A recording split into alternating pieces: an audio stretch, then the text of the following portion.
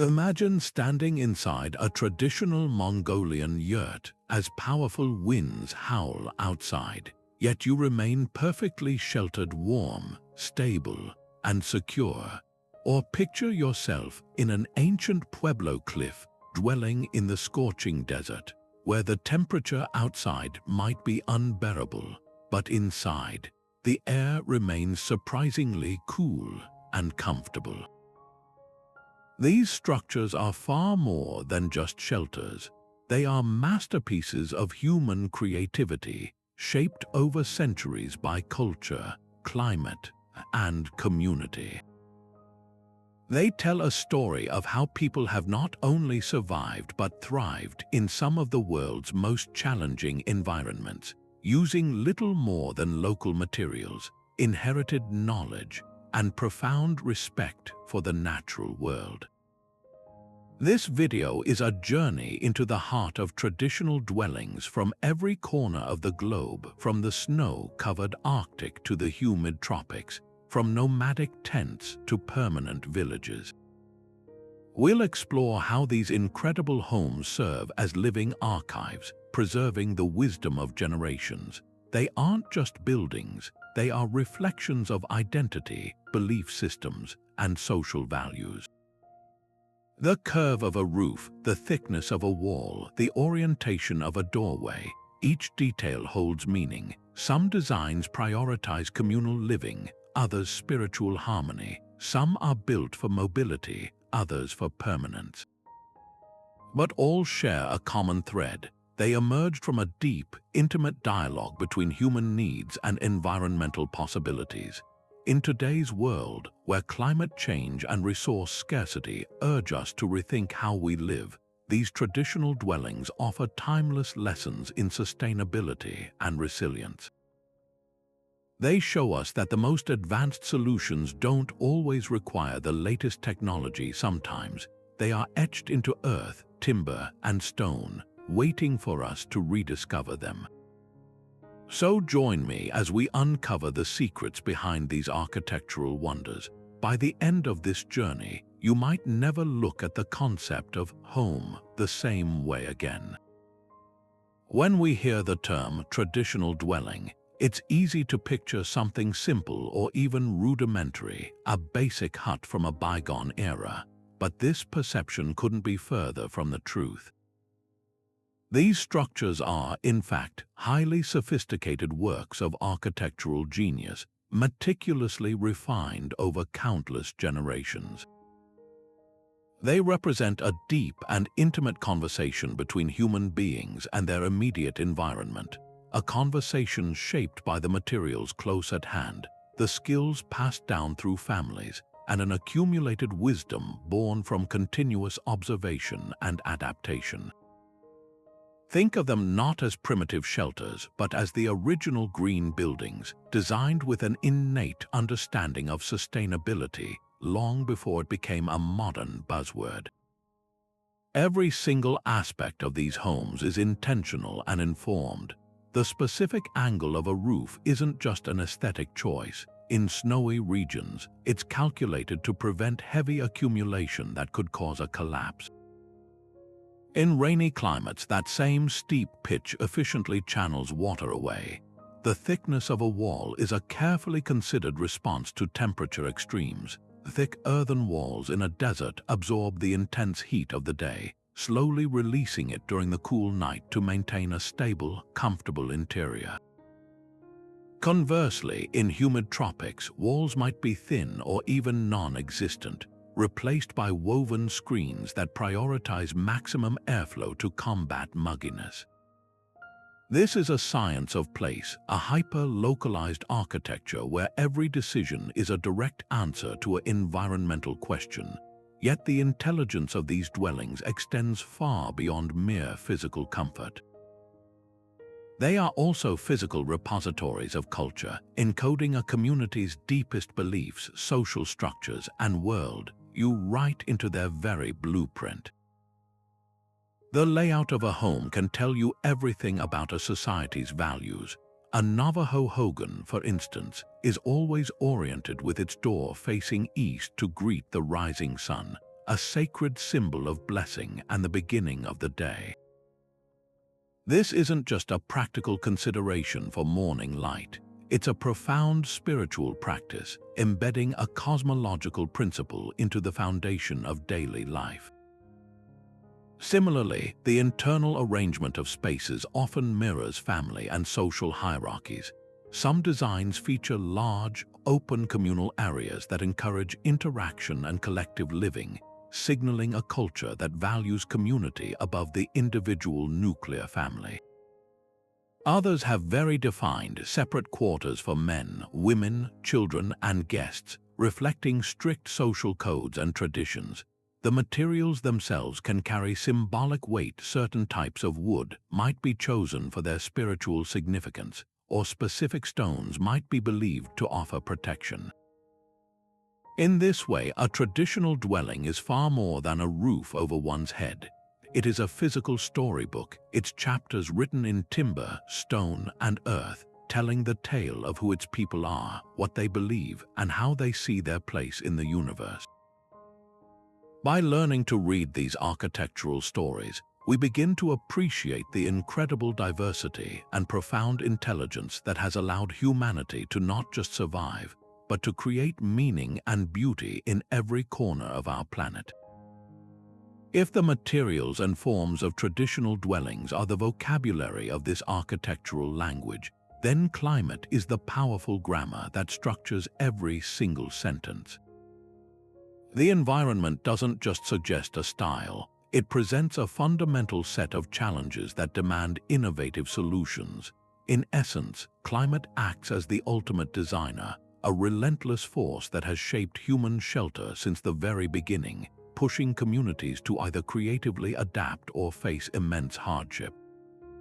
This relationship is a fascinating dance between limitation and invention, where harsh conditions often spark the most brilliant architectural ideas. Consider the relentless, searing heat of an arid desert. In places like North Africa and the Middle East, the sun is a constant, oppressive presence. Here, traditional architecture becomes a masterclass in heat avoidance and management. Builders don't fight the sun, they outsmart it. They use massive, thick walls made from Adobe, a mixture of mud and straw, which possesses incredible thermal mass. These walls behave like a sponge for heat, slowly absorbing the intense solar energy throughout the day, preventing it from penetrating the interior living spaces. Then, as the desert temperature plummets after sunset, that stored heat gradually radiates back out, warming the home through the cold night. Windows are kept small and few, not to create a gloomy interior, but to act as precise, strategic openings that limit the sun's glare and heat gain while still allowing for carefully directed breezes. It's a perfectly balanced system of delay and release, creating a stable, comfortable oasis in the midst of an extreme environment. Now, travel across the globe to the humid tropics of Southeast Asia or the Amazon basin. Primary challenge instantly shifts from heat retention to heat expulsion and moisture control. The air is thick and heavy, and promoting constant airflow is the single most important goal. This is where we see architecture literally rise to the occasion. Homes are built on sturdy stilts, elevating the living space high above the damp ground. This elevation does several crucial things at once. It protects against flooding during torrential monsoon rains. It allows cooling air to circulate underneath the floor, and it keeps pests and wildlife at a comfortable distance. The roofs are high and steeply pitched, often made of layered thatch. This design isn't just for a dramatic silhouette. The pitch allows rainwater to rush off quickly, and the thatch itself is an excellent insulator that breathes, allowing hot air to rise and escape through the top. Walls are often non-structural and made from woven panels or bamboo screens that can be adjusted or even removed entirely, transforming the entire home into a porous, ventilated pavilion perfectly tuned to its muggy context. Then there are the brutal, freezing climates of the far north, like Iceland or the Arctic. Here, the enemy is bitter cold and howling wind, and the architectural strategy is all about creating a compact, super-insulated refuge. The Icelandic turf house is a stunning example of this principle.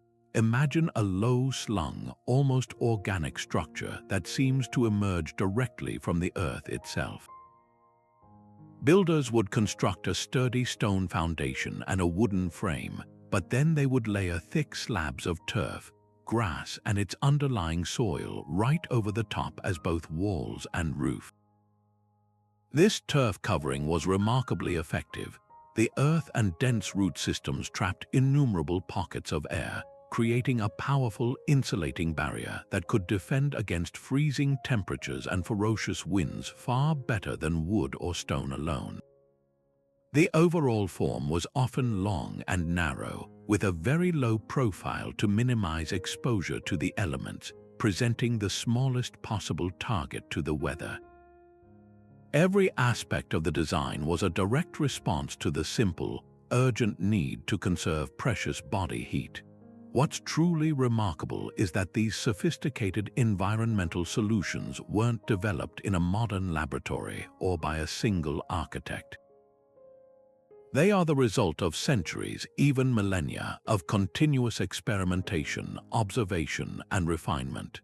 This knowledge was rarely written down in manuals. Instead, it was passed through generations via oral tradition and the hands-on process of elders teaching the young how to build. It was a living, evolving science of place. This deep, accumulated wisdom is why these traditional forms are so enduring and why they are now experiencing a renaissance. Modern architects and engineers looking to create sustainable, energy-efficient buildings are increasingly turning to these ancient techniques, realizing that they prefigure our most advanced green design principles. They represent a timeless dialogue between humanity and its habitat, a conversation we are only now fully beginning to appreciate and relearn. While the practical genius of these climate-responsive designs is undeniable, to see traditional dwellings only as feats of environmental engineering is to miss half of their story.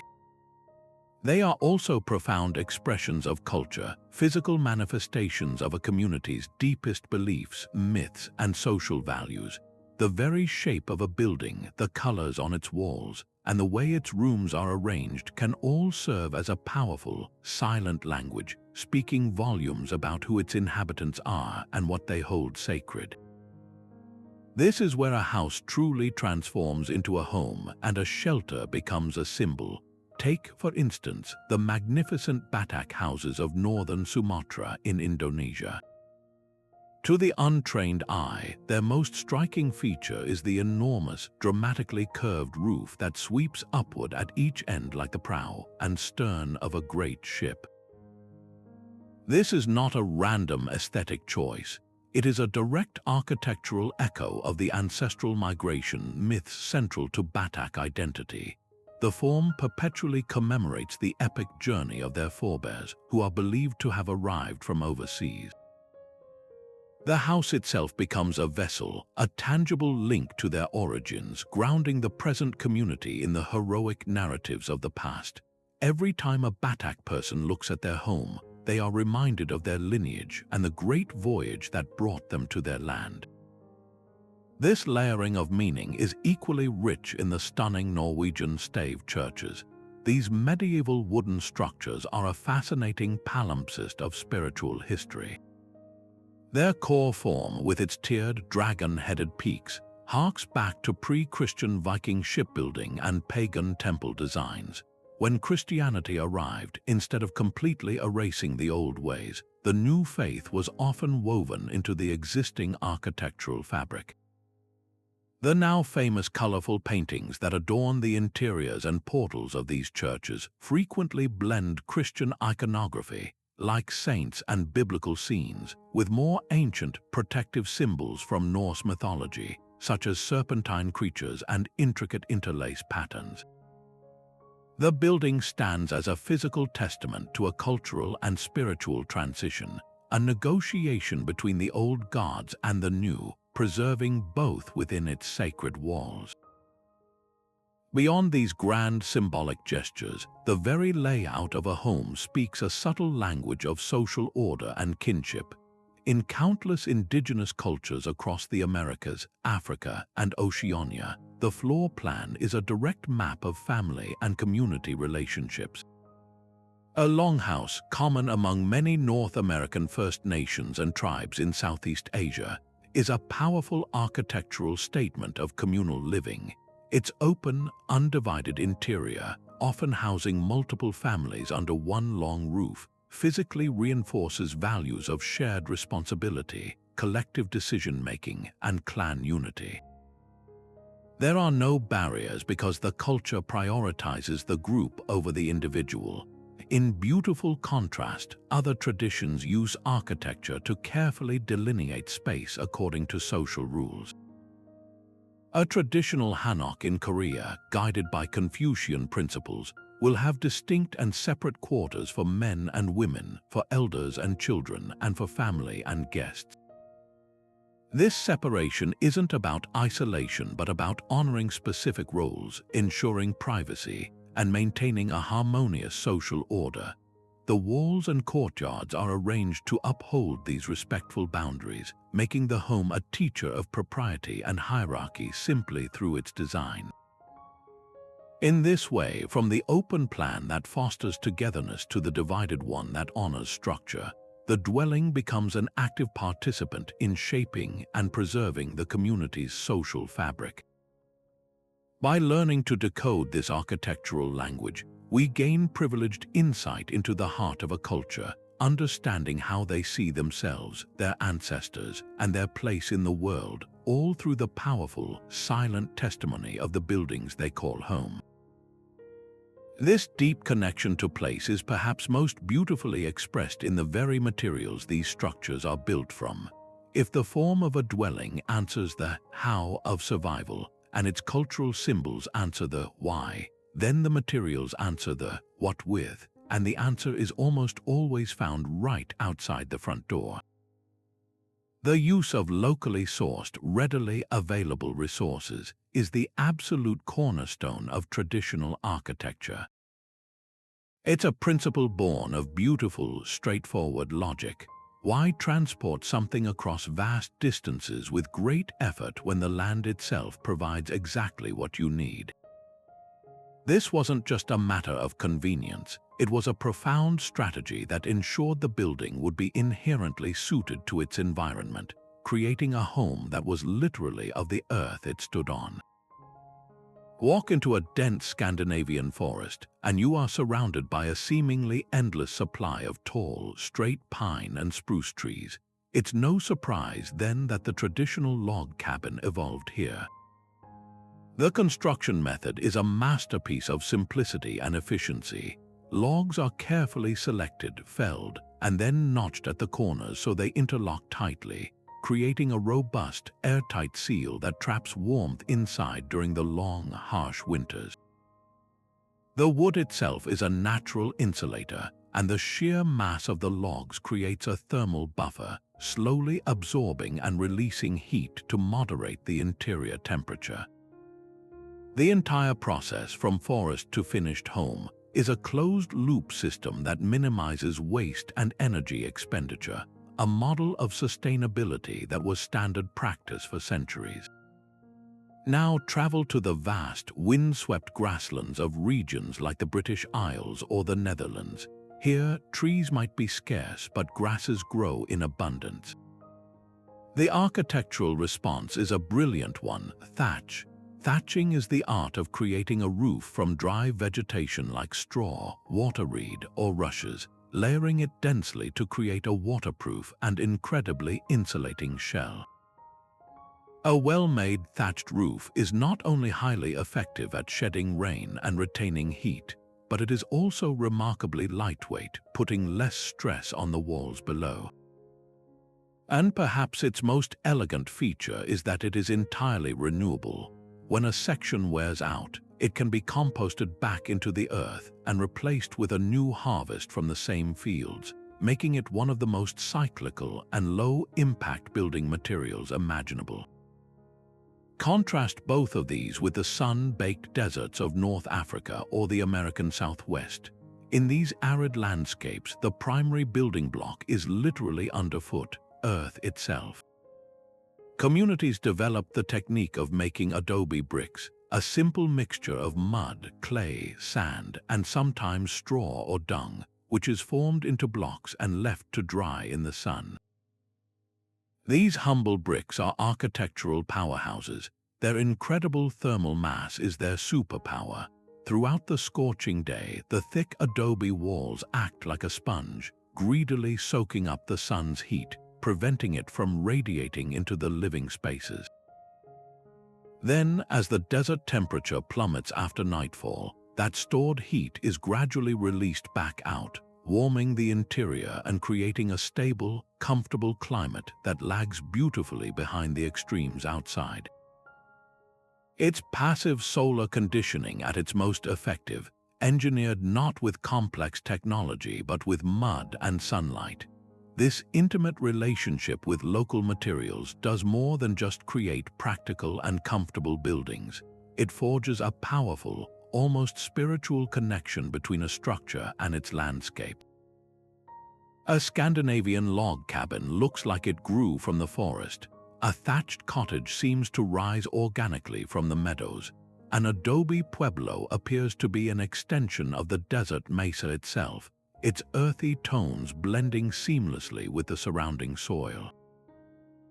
This creates a profound sense of place, an aesthetic harmony where human habitation doesn't scar the landscape but complements it, appearing as a natural feature of the environment rather than an imposition upon it. Furthermore, the choice of materials often transcends the purely practical and enters the realm of the sacred.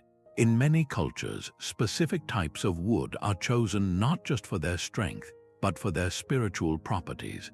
A particular tree species might be believed to ward off evil spirits or bring blessings to a household. In parts of Southeast Asia, the hard, durable ironwood tree is highly prized for building, not only for its resistance to termites, but also because it is considered a noble, strong-hearted material. In some Native American traditions, the specific stones used in a hearth might be selected from a sacred site, embedding a spiritual presence into the very center of the home. The act of gathering materials could be accompanied by prayers or ceremonies, acknowledging the sacrifice of the tree or the earth and giving thanks for its provision. This transforms construction from a mere technical process into a ritual of reciprocity and respect, a dialogue with the natural world that modern building has largely forgotten. In these traditions, every beam, every brick, and every strand of thatch carries with it a story of its origin, making the home not just a shelter, but a living tapestry woven from the very essence of its place. Now, let's put these principles into practice with a truly iconic example of human ingenuity in the face of extreme conditions, the igloo. To truly appreciate its brilliance, you must first mentally transport yourself to the vast, frozen expanse of the Arctic. The air is so cold it feels sharp to breathe, the wind howls with enough force to strip heat from your body in minutes, and the landscape is a seemingly endless, monochrome blanket of snow. In this environment, survival is not a given, it is a hard-won achievement, and yet, for the Inuit peoples, this has been home for centuries. Their solution to creating shelter here is a masterpiece of physics, engineering, and cultural wisdom, all crafted from the most abundant and perhaps most surprising material available, snow. We often think of snow as cold, something to be kept outside, but the Inuit understand its hidden insulating properties. They don't use just any snow. They seek out a specific type, wind-packed, dense, and firm, that can be cut into sturdy blocks with a snow knife or saw. The magic lies in the trapped air. Each block is filled with countless tiny air pockets, and air is a notoriously poor conductor of heat. When these blocks are stacked, they create a barrier that effectively locks the interior temperature in and the brutal exterior cold out. The difference is staggering. While the outside temperature might plummet to -45 degrees or lower, the heat generated by a small oil lamp or even just the bodies of the occupants can raise the interior to a remarkably comfortable range, often hovering just above freezing. In a world of such extremes, that differential is the difference between life and death. The shape of the igloo is its second stroke of genius. The dome is nature's perfect architectural form for strength and stability. Unlike a boxy structure with flat walls and a right-angled roof that would trap wind and create pressure points, the smooth, curved dome of an igloo allows the powerful Arctic winds to flow over and around it with minimal resistance. The force is distributed evenly across the entire structure, making it incredibly resilient against the mightiest storms. There are no weak points, no corners for the wind to claw at and tear apart. It is a lesson in aerodynamic efficiency learned from observing the natural world. Further refining this climate control is the ingenious entrance tunnel. You never simply walk straight into an igloo. The entrance is always a low, narrow passageway that forces anyone entering to crawl on their hands and knees. This design is absolutely intentional. Since hot air rises and cold air sinks, this tunnel acts as a natural cold sink. The heaviest, coldest air from the outside settles into this low-lying entryway, while the warmer, lighter air remains pooled up inside the main dome. It's a passive airlock system that dramatically reduces convective heat loss every time someone comes or goes. Sometimes, a small block of ice is even used as a window, allowing light to filter in without sacrificing the precious insulating integrity of the walls. Culturally, the igloo tells a story of a highly adaptive, nomadic lifestyle. These were not typically permanent homes, but rather skilled, temporary shelters built during winter hunting trips. An experienced builder could erect a sturdy igloo for their family in a matter of a few hours, a critical skill when caught on the open ice with a storm approaching. This knowledge was not learned from a book. It was passed down through generations via careful observation and hands-on practice. A father would teach his son how to find the right snow, how to cut the blocks with a precise spiral to form the rising dome, and how to chink the gaps with loose snow to seal the structure. The entire process reflects a profound respect for the environment, using only what is provided, leaving no permanent mark, and moving on when the season or the hunt demands it.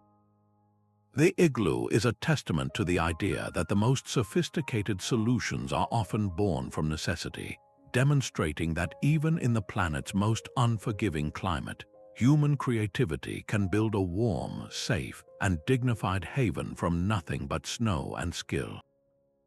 From the frozen, wind-scoured domes of the Arctic, we journey now to the vast, rolling grasslands of Central Asia, where another nomadic culture perfected a radically different, yet equally brilliant form of mobile architecture, the yurt. Known in Mongolia as a jur, which simply means home, this is not a temporary shelter but a permanent, cherished dwelling built for a life in motion. Picture the Great Steppes, an ocean of grass under an immense sky, where the weather can shift from blistering sun to biting cold in a matter of hours, and fierce winds sweep across the open plains with nothing to slow them down. In this challenging, magnificent landscape, the yurt isn't just a house. It is a complete, self-contained ecosystem perfectly adapted to both the climate and the nomadic pastoralist way of life that has defined this region for millennia. The structural intelligence of the yurt begins with its collapsible wooden lattice wall called a khana. This ingenious folding grid can be expanded or compressed to adjust the diameter of the dwelling, making it effortlessly customizable and easy to transport on the backs of camels or yaks. Onto this lattice frame, a crown wheel or tonneau is placed at the center, supported by two central pillars that are often ornately decorated and considered sacred, representing the support of the family. Long, slender roof poles, the uni, are then slotted from the top of the lattice wall up into the crown wheel, creating the iconic gently sloping roof. This entire wooden skeleton is incredibly strong yet remarkably lightweight, designed to be dismantled, packed away, and reassembled in just a couple of hours, a necessity for people who might move their entire household a dozen times a year to follow fresh pastures for their herds of sheep, goats, and horses. But the true magic of the yurt's climate control lies in its insulating skin. Once the frame is up, it is covered in layers of felt, a thick, durable fabric made from the wool of the very animals the nomads herd. Felt is a phenomenal natural insulator.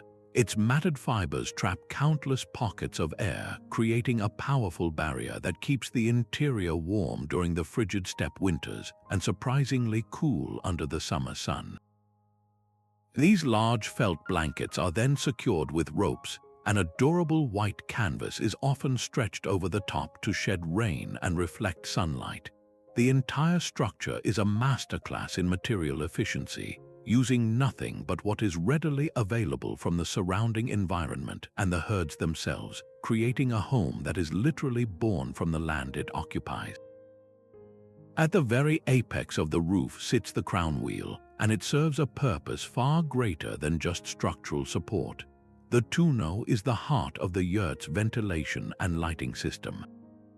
It can be left open to allow smoke from the central stove to escape, or covered with a small felt flap to retain heat during a storm. This central opening also acts as a natural clock and calendar. The shifting beam of sunlight that streams through the tonneau moves across the interior throughout the day, and its position changes with the seasons, providing the family with an innate, intuitive sense of time. At night, it frames a perfect circle of stars, turning the ceiling into a personal planetarium that connects the inhabitants directly to the cosmos above. The cultural significance of the yurt is woven into its very shape and layout. The circular design is profoundly symbolic. It represents unity, eternity, and the cyclical nature of life, the cycles of the seasons, the migration of the herds, and the generations of the family. There are no corners, no dead ends. Energy and life flow continuously. The interior is organized according to a strict, unwritten code that everyone understands. The space is always divided into specific sectors. The north side, directly opposite the door, is the place of highest honor, reserved for special guests, the family altar, and treasured possessions. The west side is typically for the men and older family members, while the east side is for the women and younger members. The area near the door is for cooking and tools. This precise organization brings order and harmony to a compact space, ensuring that even the most humble yurt operates with a deep sense of respect, tradition, and social grace. This profound connection to a mobile lifestyle, coupled with its incredible resilience and comfort, has made the yurt an enduring icon that now inspires far beyond the steppes. Modern architects and eco-conscious builders are looking at the yurt's principles of sustainability, portability, and efficient energy use. Its round, aerodynamic shape is inherently strong and energy efficient. Its use of natural, renewable materials like wood and wool aligns perfectly with today's green building standards.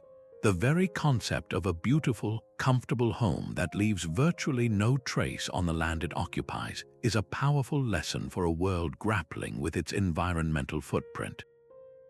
The yurt teaches us that a home can be both mobile and deeply rooted, both simple and extraordinarily sophisticated, showing us that the most enduring innovations are often those that have been refined by the hands of time.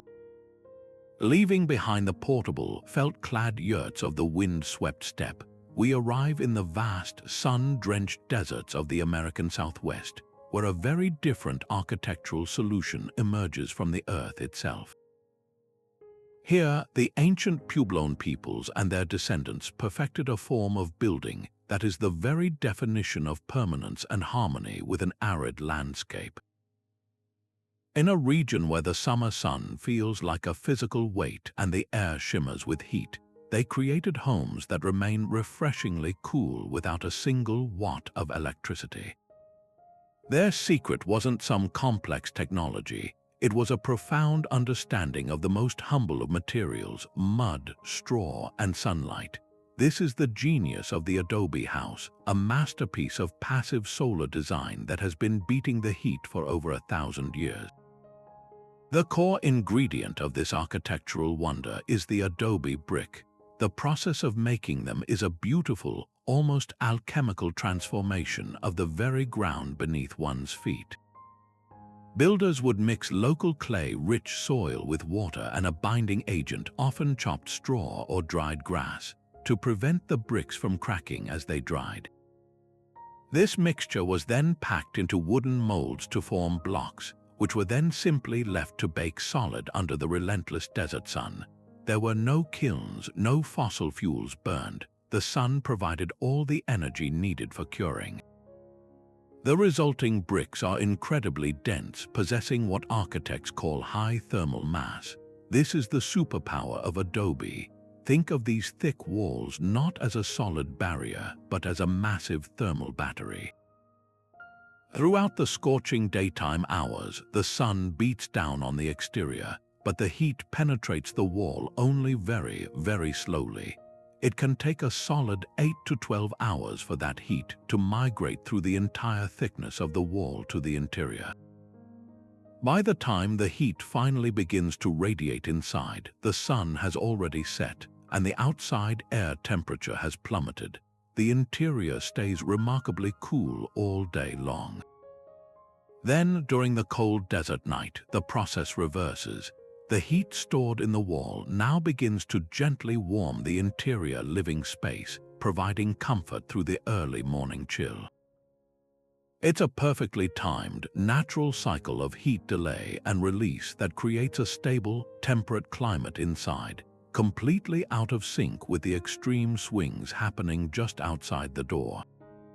Every other feature of the Adobe dwelling is meticulously designed to support this primary function.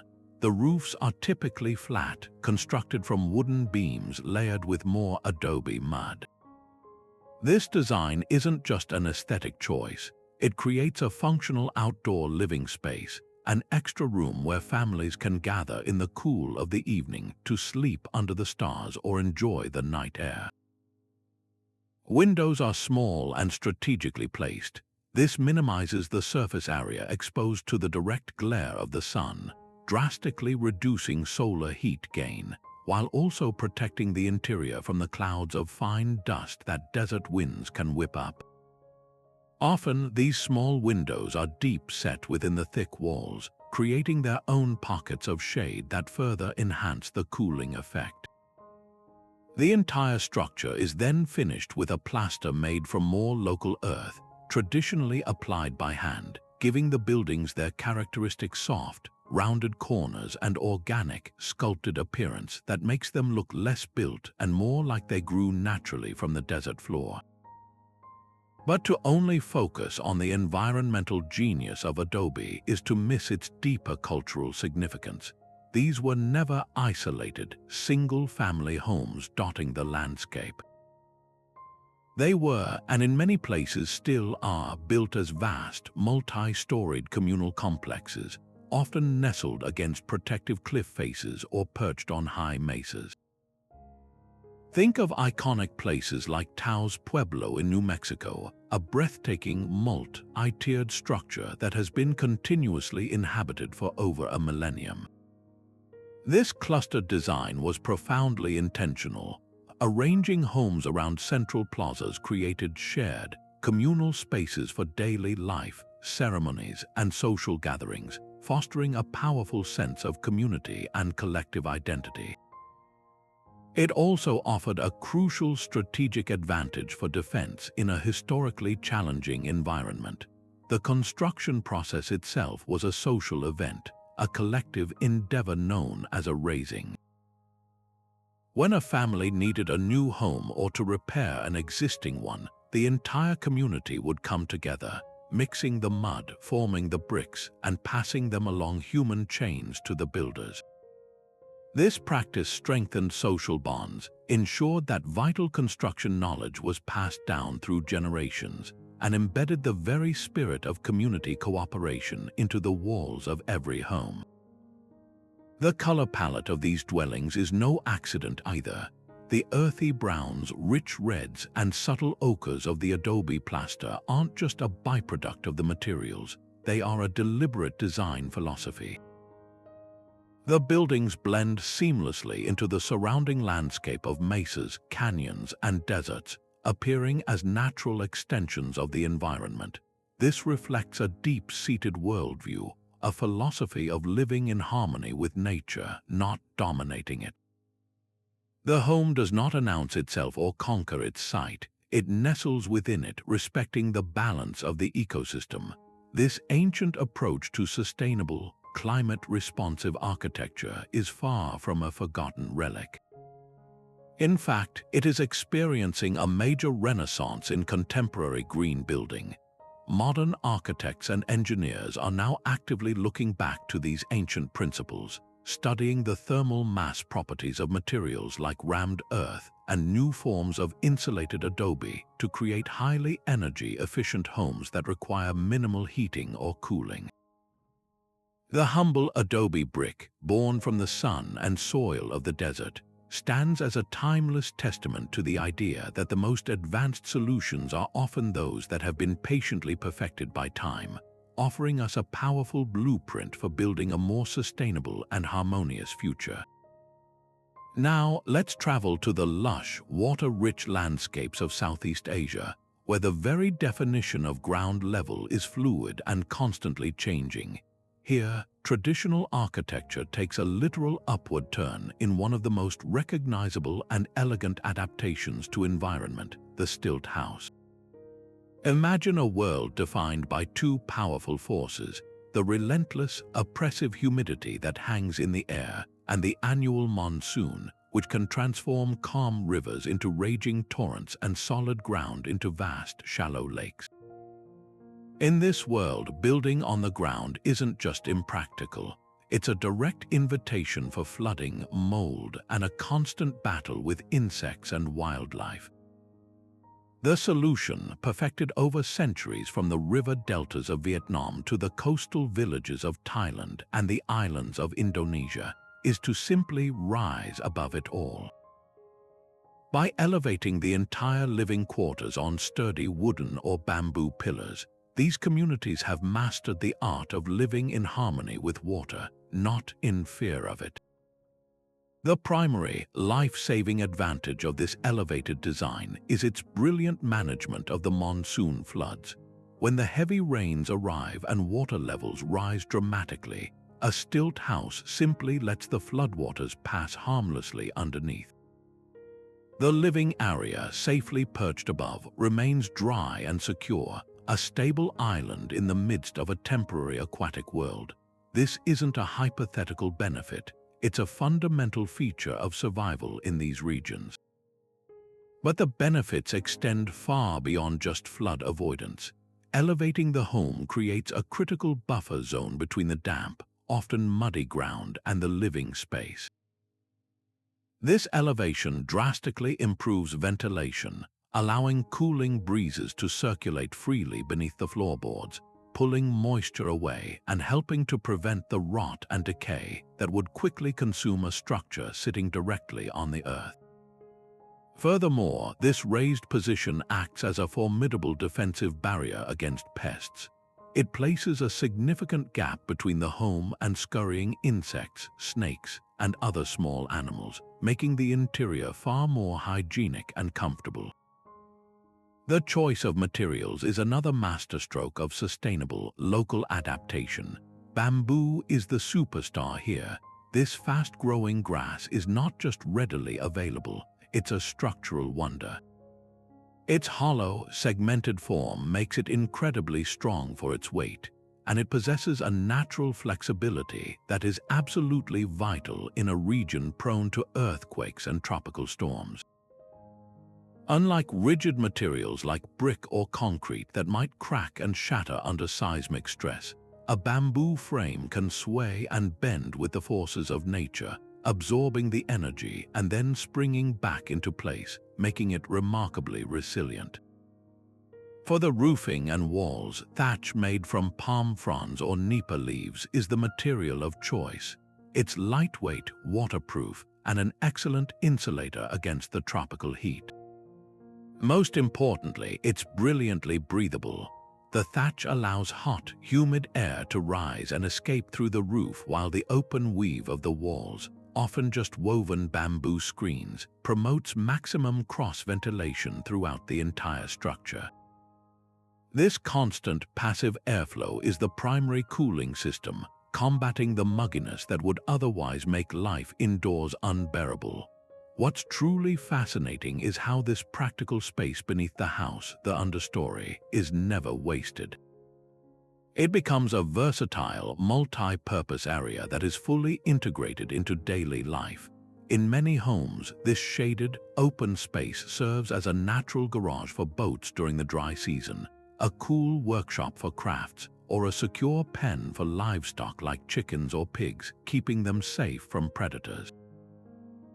But perhaps its most important function is as an extended social space, protected from the sun and rain. This area naturally becomes the community's living room. It's where people gather to repair fishing nets, prepare meals on simple stoves, children play safely within sight, and neighbors stop to chat and share news. This efficient use of every cubic meter of space demonstrates a profound understanding of utility and community, turning a structural necessity into a social asset. This blend of the practical and the spiritual is a recurring theme. The orientation of a stilt house is rarely arbitrary. While a primary consideration is to align the long side of the house to catch the prevailing cooling breezes for optimal ventilation, spiritual beliefs often play an equally important role. The direction a home faces might be determined by ancient beliefs to ensure it welcomes good fortune or, crucially, to avoid the path of malevolent spirits, which are often thought to travel in straight lines. The entrance might be carefully positioned, or specific decorative elements and charms might be added to the support posts to appease guardian spirits of the land and water. This creates a beautiful synthesis where the logic of airflow and the logic of the cosmos are seamlessly woven together. The stilt house is a perfect testament to a holistic worldview, demonstrating that the most intelligent design addresses not just the physical needs of the body, but the spiritual and social needs of the community as well, creating a dignified and graceful way of life atop the water. From the fluid, elevated world of Southeast Asian stilt houses, we now journey to the Korean peninsula, where traditional architecture takes on a more contemplative and deeply philosophical character. The Hanok is not merely a house designed for physical comfort. It is a profound physical manifestation of a worldview, a carefully crafted environment built to nurture both the body and the soul according to the principles of Confucianism and Korean geomancy. Stepping into a Hanok is like stepping into a living, three-dimensional diagram of harmony between humans, between the family and the cosmos, and between the built structure and the natural world that embraces it. The most immediately striking feature of a Hanok is its elegant, sweeping curved roof line, with its graceful tiles seeming to float above the wooden beams and walls. This iconic silhouette is far more than just a beautiful aesthetic. It is a masterclass in seasonal adaptation. Those gently curved edges are designed to rise high enough to allow the low winter sun to stream deep into the rooms, bathing the interior in precious warmth and light during the coldest months. Then, during the intense heat of summer, when the sun is high and fierce overhead, those same deep eaves cast a wide, cooling shadow over the entire structure, protecting the interior from overheating. The materials themselves are chosen for their natural properties and their symbolic meaning. Wooden pillars and frames, often made from resilient pine or zelkova, represent strength, growth, and a connection to the forest. The walls are frequently finished with a mixture of straw and earth, providing excellent insulation, while the windows and sliding doors are fitted with hanji, a traditional Korean paper made from mulberry trees. Hanji is a marvel of material science. Its dense weave diffuses a soft, gentle light into the rooms while allowing air to permeate, and it provides remarkable insulation against both cold and heat, embodying a perfect blend of strength and delicate flexibility. Beneath the beautiful wooden floors lies one of the Hanok's most revolutionary contributions to world architecture, the Ondol heating system. This is arguably the world's first underfloor heating, a technology so effective it is still widely used in Korea today, albeit in modernized forms. The principle is one of beautiful, straightforward efficiency. The main kitchen, which is always kept busy with cooking for the family, features a large wood-fired stove. The flue from this stove is not simply vented straight outside.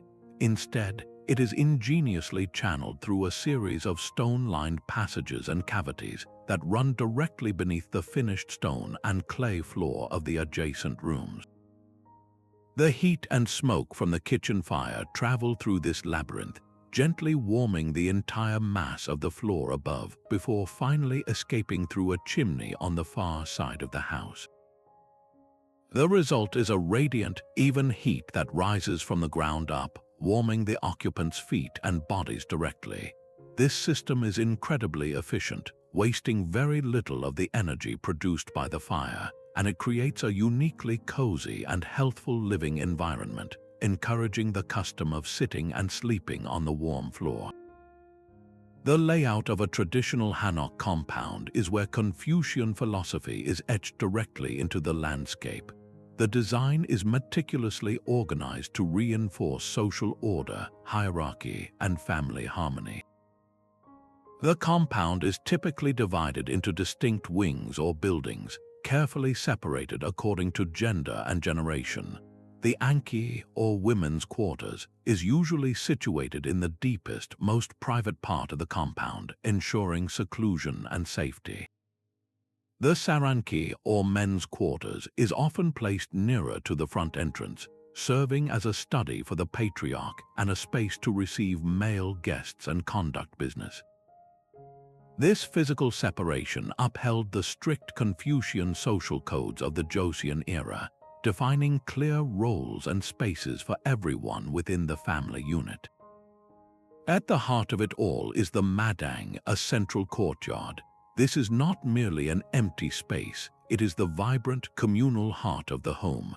It is here that family ceremonies are held, children play under the watchful eyes of their elders, and the household gathers for important occasions.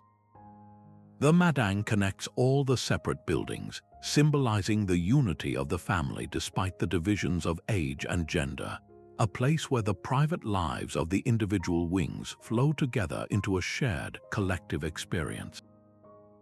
Guiding the entire placement and orientation of the Hanok is the ancient practice of pengsu jiri, often compared to Chinese feng shui, but with its own distinct Korean principles. Pengsu, which translates to wind and water, is the art of selecting the most auspicious site for a building to ensure the health, prosperity, and fortune of its inhabitants. A Hanok is never placed arbitrarily. It is carefully positioned to be embraced by the landscape. Ideally, it is built with a mountain at its back, providing a sense of solidity, protection, and support from the north winds. To its front, a wide, open view and preferably a meandering stream or river are sought. representing the flow of energy and good fortune towards the home. Every door and window is positioned not just for ventilation or view, but to optimally channel beneficial energies and block harmful ones. This creates a home that feels inherently right, perfectly settled within its environment, as if it grew there naturally. The Hanok, therefore, stands as a powerful testament to the idea that a house can be far more than a shelter. It can be a teacher of social values, a machine for living in perfect comfort, and a sacred vessel carefully placed to capture the harmonious flow of the universe itself. Nestled in the sun-baked region of Puglia in southern Italy, the town of Alberobello presents a sight so surreal it feels like stepping into a storybook. Dotting the landscape are hundreds of trulli, strange and beautiful little structures with conical roofs of grey stone that seem to have sprouted from the earth like mystical stone mushrooms. These are not the whimsical creations of a modern theme park, but the ingenious and very practical solution of a resourceful peasant class navigating the tricky waters of survival under oppressive feudal rule. The story of the Trullo is a fascinating tale where architecture becomes a form of silent protest, a clever legal loophole built in stone. The most defining and ingenious feature of the Trullo is its construction method, dry stone walling without a single drop of mortar. The walls are built from locally quarried limestone, carefully selected and skillfully stacked into a thick, double-skinned structure. The stones are painstakingly shaped and placed so that their own weight and precise positioning create an immensely strong, stable wall. This technique culminates in the iconic corbelled dome roof. Rather than using a supporting framework, each successive layer of flat limestone slabs is laid in a perfect, gradually tightening circle, cantilevering slightly inward until the structure is capped with a final keystone. The result is a self-supporting vault of remarkable strength and durability. But why go to all this trouble? Why not use simple, sturdy mortar like everyone else? The answer lies in a historical quirk of taxation that turned building practices into an act of defiance. In the 15th century, the Kingdom of Naples imposed a heavy tax on permanent dwellings. The cunning counts of Conversano, who ruled the area, devised a scheme to avoid paying this tax to their feudal overlords. They instructed their peasant farmers to build their homes in this dry stone method so that they could be classified as temporary, unstable field shelters. More importantly, these mortar-less structures could be rapidly disassembled. If a royal tax inspector was spotted approaching the county, a swift command would go out, and entire sections of a village could be literally pulled down into piles of rubble before the official arrived, thus avoiding the tax bill.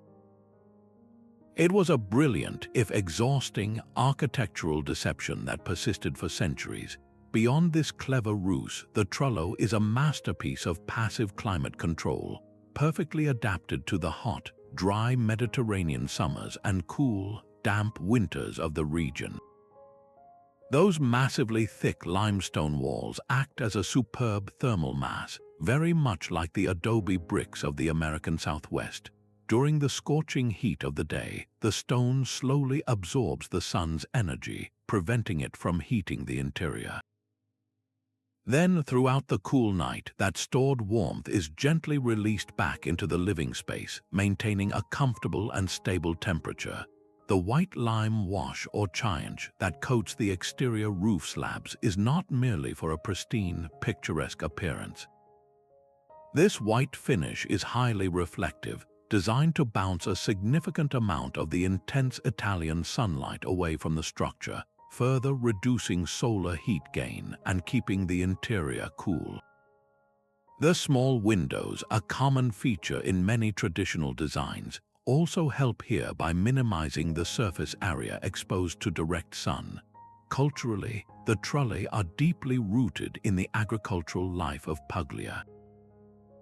They were primarily the homes and storage sheds of farming families. their forms evolving from simple, single-dome structures to more elaborate multi-dome complexes as a family grew and prospered. The skills required to build them were not written in manuals but were passed down orally and practically from father to son, a cherished family trade that defined a way of life. The very pinnacle of the conical roof, often topped with a hand-carved sandstone finial, is where practicality meets superstition and symbolism. These pinnacles come in a variety of shapes: discs, spheres, cones, and more, and while their exact meanings are sometimes debated, they are widely believed to have served as magical talismans or sacred symbols, perhaps identifying the builder's family or warding off evil spirits and the evil eye. Some designs even feature primitive, mystical, or religious symbols painted in white ash on the dark gray roof stones, adding another layer of personal and spiritual identity to the structure. The Trulli stands as a powerful reminder that the forms our dwellings take are not shaped by climate and available materials alone. They are also profoundly influenced by the invisible forces of history, politics, and economics, by the laws of kings and the cunning of counts, transforming simple stone huts into enduring monuments of human resilience and ingenuity. Leaving behind the sun-drenched stone of Italian Trulli, we venture now into the heart of China's lowest plateau, a vast, dusty yellow landscape sculpted by wind over millennia. Here, human ingenuity takes a radically different approach to shelter. Instead of building structures up from the ground, entire communities have, for centuries, chosen to dig their homes directly into the earth itself. These are the Yaodong, or cave dwellings, and they represent one of the most ancient and profound forms of sustainable architecture on the planet. It's a method that requires a deep understanding of the land, not as something to build upon, but as a living, breathing partner in creating comfort and community. The genius of the Yaodong begins with the very soil it's carved from, loess. This isn't just ordinary dirt. It's a unique, fine-grained sediment deposited by windstorms over countless centuries. This loess soil has a peculiar, almost magical property. When it's dry, it's incredibly easy to excavate with simple hand tools, allowing for relatively swift construction. But once it's cut and exposed to the air, it hardens, forming a strong, stable wall that can stand for generations with minimal maintenance. But its true superpower is its phenomenal insulating capability. Earth is a terrible conductor of heat. A thick wall of soil acts as a massive buffer between the interior of the home and the outside world. In the scorching heat of summer, the sun beats down on the hillside, but that heat takes an incredibly long time to migrate through several meters of solid earth.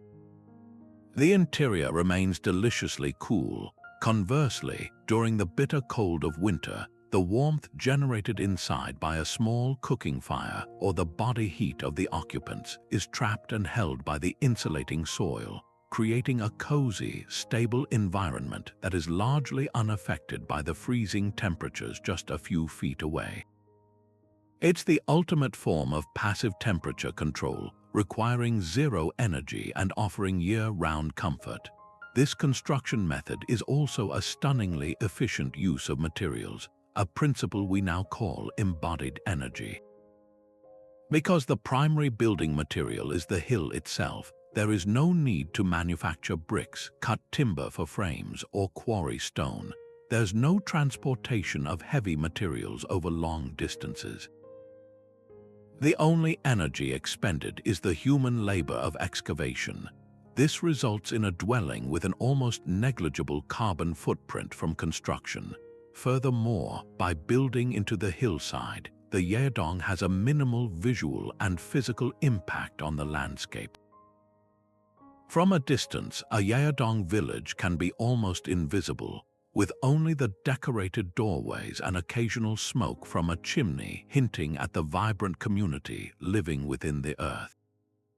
This seamless integration reflects a philosophy of harmony and humility, a conscious choice to nestle into the environment rather than dominate it.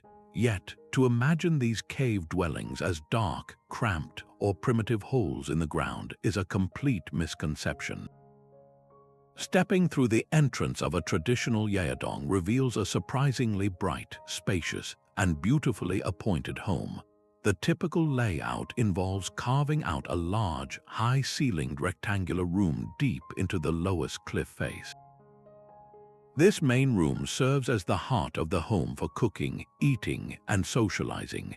To the sides, smaller, tunnel-like alcoves are carved out to serve as bedrooms, offering privacy and even greater insulation.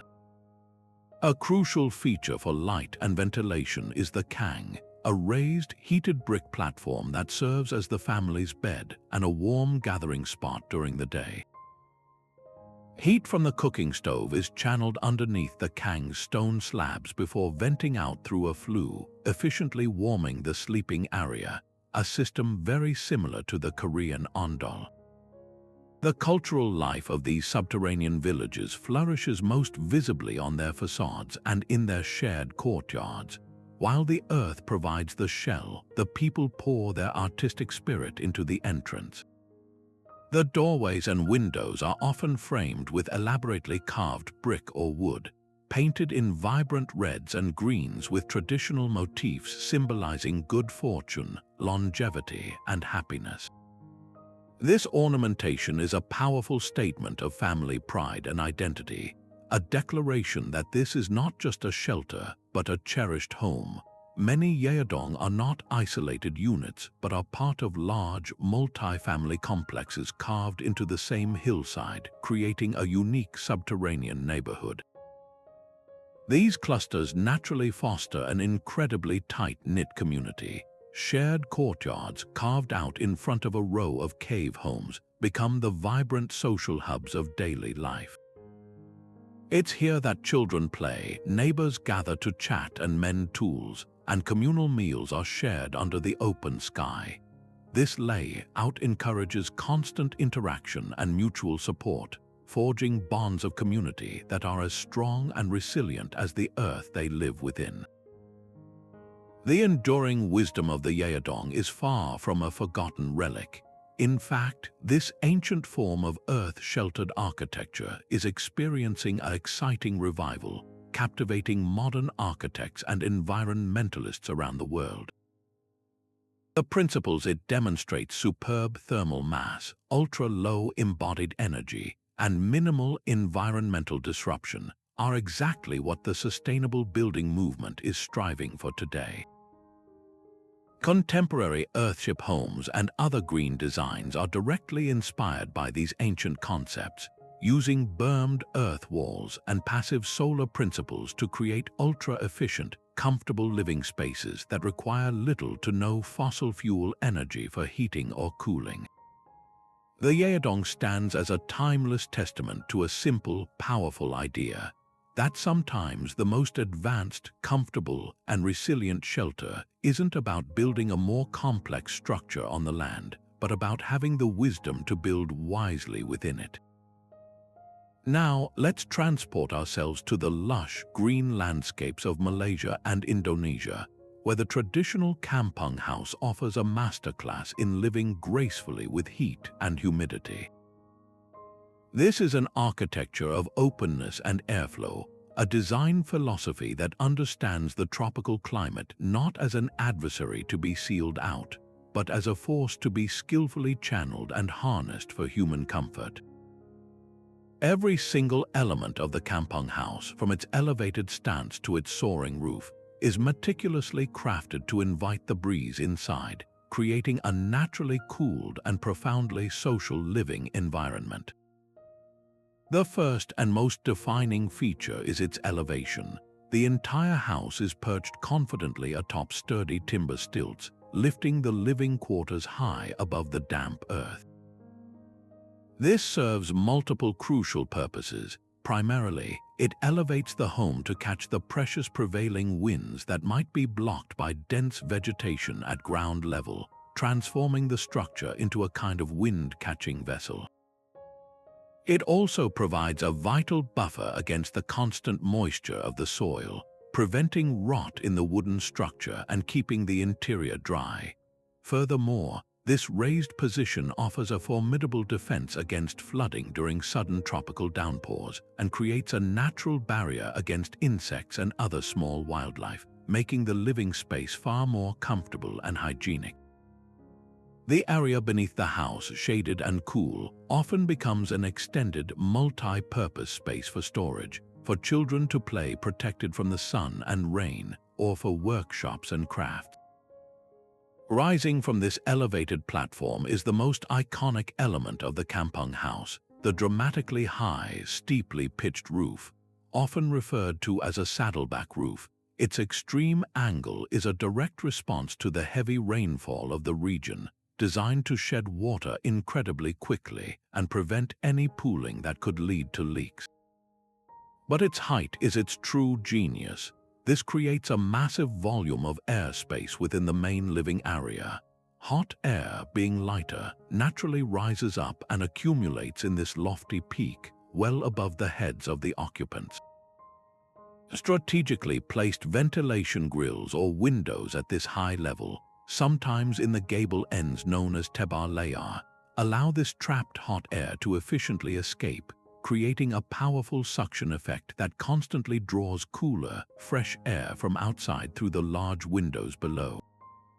This creates a continuous, passive airflow system that ventilates the entire home without a single watt of electricity. The walls themselves are often non-solid, featuring vast, shutter-less windows that can be thrown wide open, effectively dissolving the boundary between inside and outside. These large openings are protected by the deep overhangs of the roof, which shield the interior from the direct glare of the sun and the torrential rain while still allowing the air to move freely. The building materials themselves are a testament to sustainable local sourcing. The structure is primarily built from timber, abundantly available from the surrounding rainforests, while the roof is thatched with a tap, a durable and highly effective roofing material made from the leaves of the nipa palm. These materials are not just locally available, they are breathable, flexible, and work in harmony with the humid environment rather than fighting against it. Perhaps the most beautiful aspect of the kampung house is how its environmental adaptability seamlessly fosters a rich community life. The heart of the home is the serambai, a large, open veranda that acts as a transitional space between the public world outside and the private family areas within. This is not a mere porch, it is the social hub of the household. It is here that guests are warmly received, where families gather in the cool of the evening, where meals are shared, and where community news is exchanged. The very architecture encourages interaction and hospitality, its open arms reflecting a culture that values community connection above private seclusion. This social function is elevated into art through the intricate wood carvings that adorn the eaves, brackets, and wall panels. These are not random decorations, they are a visual language. Delicate floral motifs, geometric patterns inspired by Islamic art, and even calligraphic verses from the Quran transform the house into a canvas of cultural and spiritual expression, showcasing the craftsmanship and artistic heritage of its builders. This profound design wisdom, born from centuries of living in tune with a specific environment, is far from obsolete. In fact, the principles of the kampung house are experiencing a powerful resurgence in modern tropical architecture. Contemporary architects looking to design energy-efficient, sustainable buildings in Southeast Asia are increasingly turning to these ancient strategies. The concepts of high, ventilated roofs, elevated structures, open plans, and deep overhangs for shade are all being reinterpreted using modern materials and techniques. The kampung house teaches us that comfort in a challenging climate doesn't have to come from energy-intensive air conditioning. It can be achieved through intelligent design that works with the natural forces of wind and shade, all while creating a built environment that nurtures human connection and artistic beauty. Venturing into the harsh, sun-scorched landscapes of North Africa, we encounter the formidable Casbah, a fortress-like structure that stands as a monumental declaration of human resilience against some of the planet's most extreme conditions. These are not mere buildings, they are entire fortified villages crafted from the very earth they stand upon, rising from the ochre and umber tones of the desert like natural extensions of the landscape. The Casbah's primary purpose is immediately clear from its imposing appearance. It is a fortress designed for defense, not just against human enemies, but against the relentless, unforgiving assault of the desert itself. Its massively high, windowless outer walls present a solid, impenetrable face to the outside world, a vital barrier against the scouring sandstorms that can strip paint from metal and flesh from bone. These thick, earthen walls, often made from rammed earth or mud brick known as pissé, are the key to its environmental genius. With their incredible thermal mass, they behave like a giant sponge for the sun's intense radiation, slowly absorbing the brutal daytime heat and preventing it from penetrating the interior living spaces. Then, as the desert temperature plummets dramatically after nightfall, that stored warmth is gradually released back into the rooms, creating a stable, livable climate that is beautifully insulated from the wild swings happening just outside the gate. Step through the heavy, often ornately carved wooden door, and you leave the harshness of the desert behind, entering a world of surprising coolness and tranquility centered around a secret weapon, the internal courtyard. This shaded, private oasis is the true heart of the Casbah. Open to the sky, it allows light and air to flood in while providing crucial protection from the sun. A fountain or a small citrus tree is almost always placed at its center, and this is no mere decoration. The water in the fountain or the transpiration from the plant's leaves introduces moisture into the dry air. As a light breeze passes over this water, the air is cooled through evaporation, creating a refreshing microclimate that feels worlds away from the arid heat beyond the walls. This courtyard becomes the central organizing space for family life, a cool, protected area for cooking, socializing, and rest, around which all other rooms are arranged. But the architectural innovation doesn't stop there. In some of the most sophisticated Casbahs and the related Kaysar's fortified villages, you might find a breathtakingly clever feature borrowed from Persian design, the wind tower or bajir. This is a masterpiece of passive air conditioning. The bajir is a tall, chimney-like structure that rises high above the roofline, designed specifically to capture the slightest hint of a breeze from any direction. The top of the tower is open on multiple sides, and its internal channels are carefully designed to funnel this captured wind downward, directly into the main living quarters below. Often, this incoming air is first directed over a pool of water in the courtyard or through underground canals, cooling it even further before it gently washes through the rooms, pushing the stale, hot air out through other openings. It's a remarkably effective zero-energy system for ventilation that has been perfected over 1,000 years. Culturally, every inch of a Casbah tells a story of tribal identity, wealth, and artistic mastery. While the exterior is stark and defensive, the interior surfaces are often alive with color and intricate detail. The wealth of a family or chieftain was displayed through ornate zellige tilework, complex geometric mosaics cut from hand-glazed tiles in dazzling cobalt blue, emerald green, and sunny yellow. Plaster walls might be carved with delicate, lace-like patterns featuring Arabic calligraphy and floral motifs, a testament to the skill of local artisans and a reflection of Islamic traditions that avoid figurative art. This lavish decoration transforms the interior into a place of beauty and spiritual reflection, a stark and intentional contrast to the brutal exterior. The layout of a kasbah is also a precise map of its social structure and daily life. It is a vertical, layered world. The ground floor, often the most accessible and sturdy, was traditionally used for housing valuable livestock and storing grain, keeping these essential assets safe within the fortress walls. The first floor typically housed the men's reception area, the majlis, where business was conducted and male guests were entertained, separate from the private family quarters. The upper floors, more secluded and secure, were reserved for the family's private living spaces, bedrooms, and the women's areas, often featuring small, strategically placed windows that allowed them to look out onto the courtyard and street below without being seen.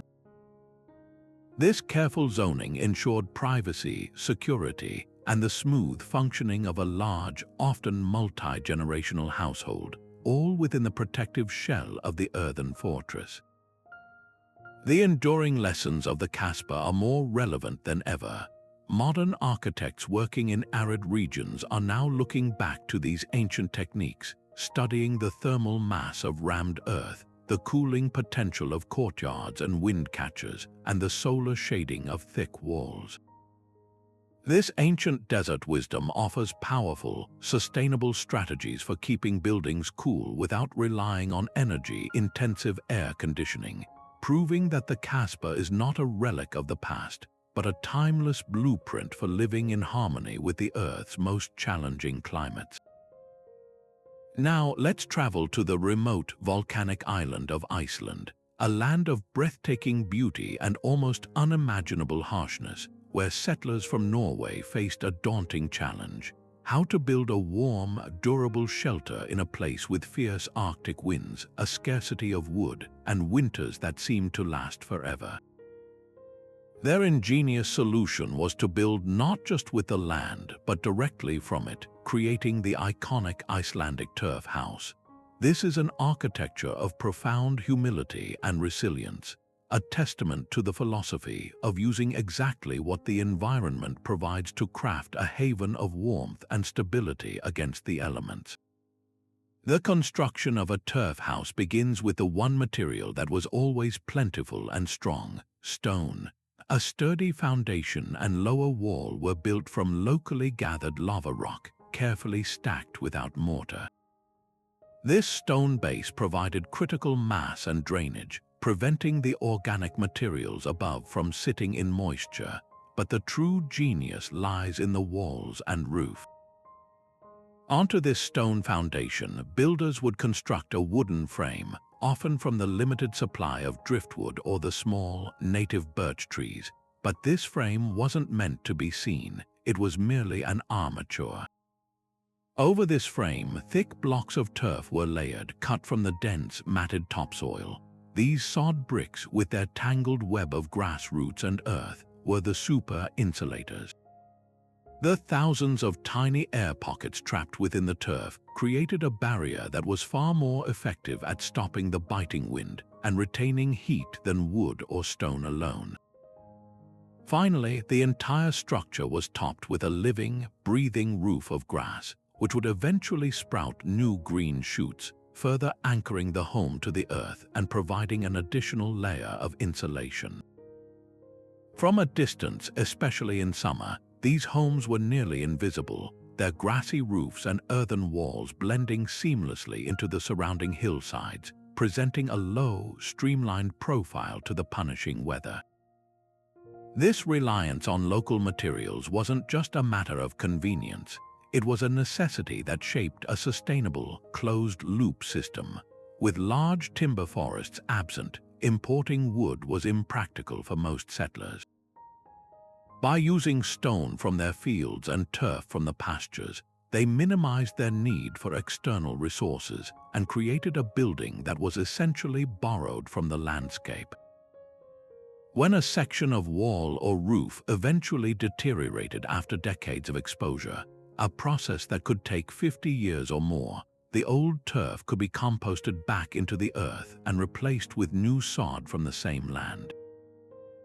This cyclical process meant the home could be maintained for generations with minimal environmental impact, a lesson in true sustainability long before the term was ever coined.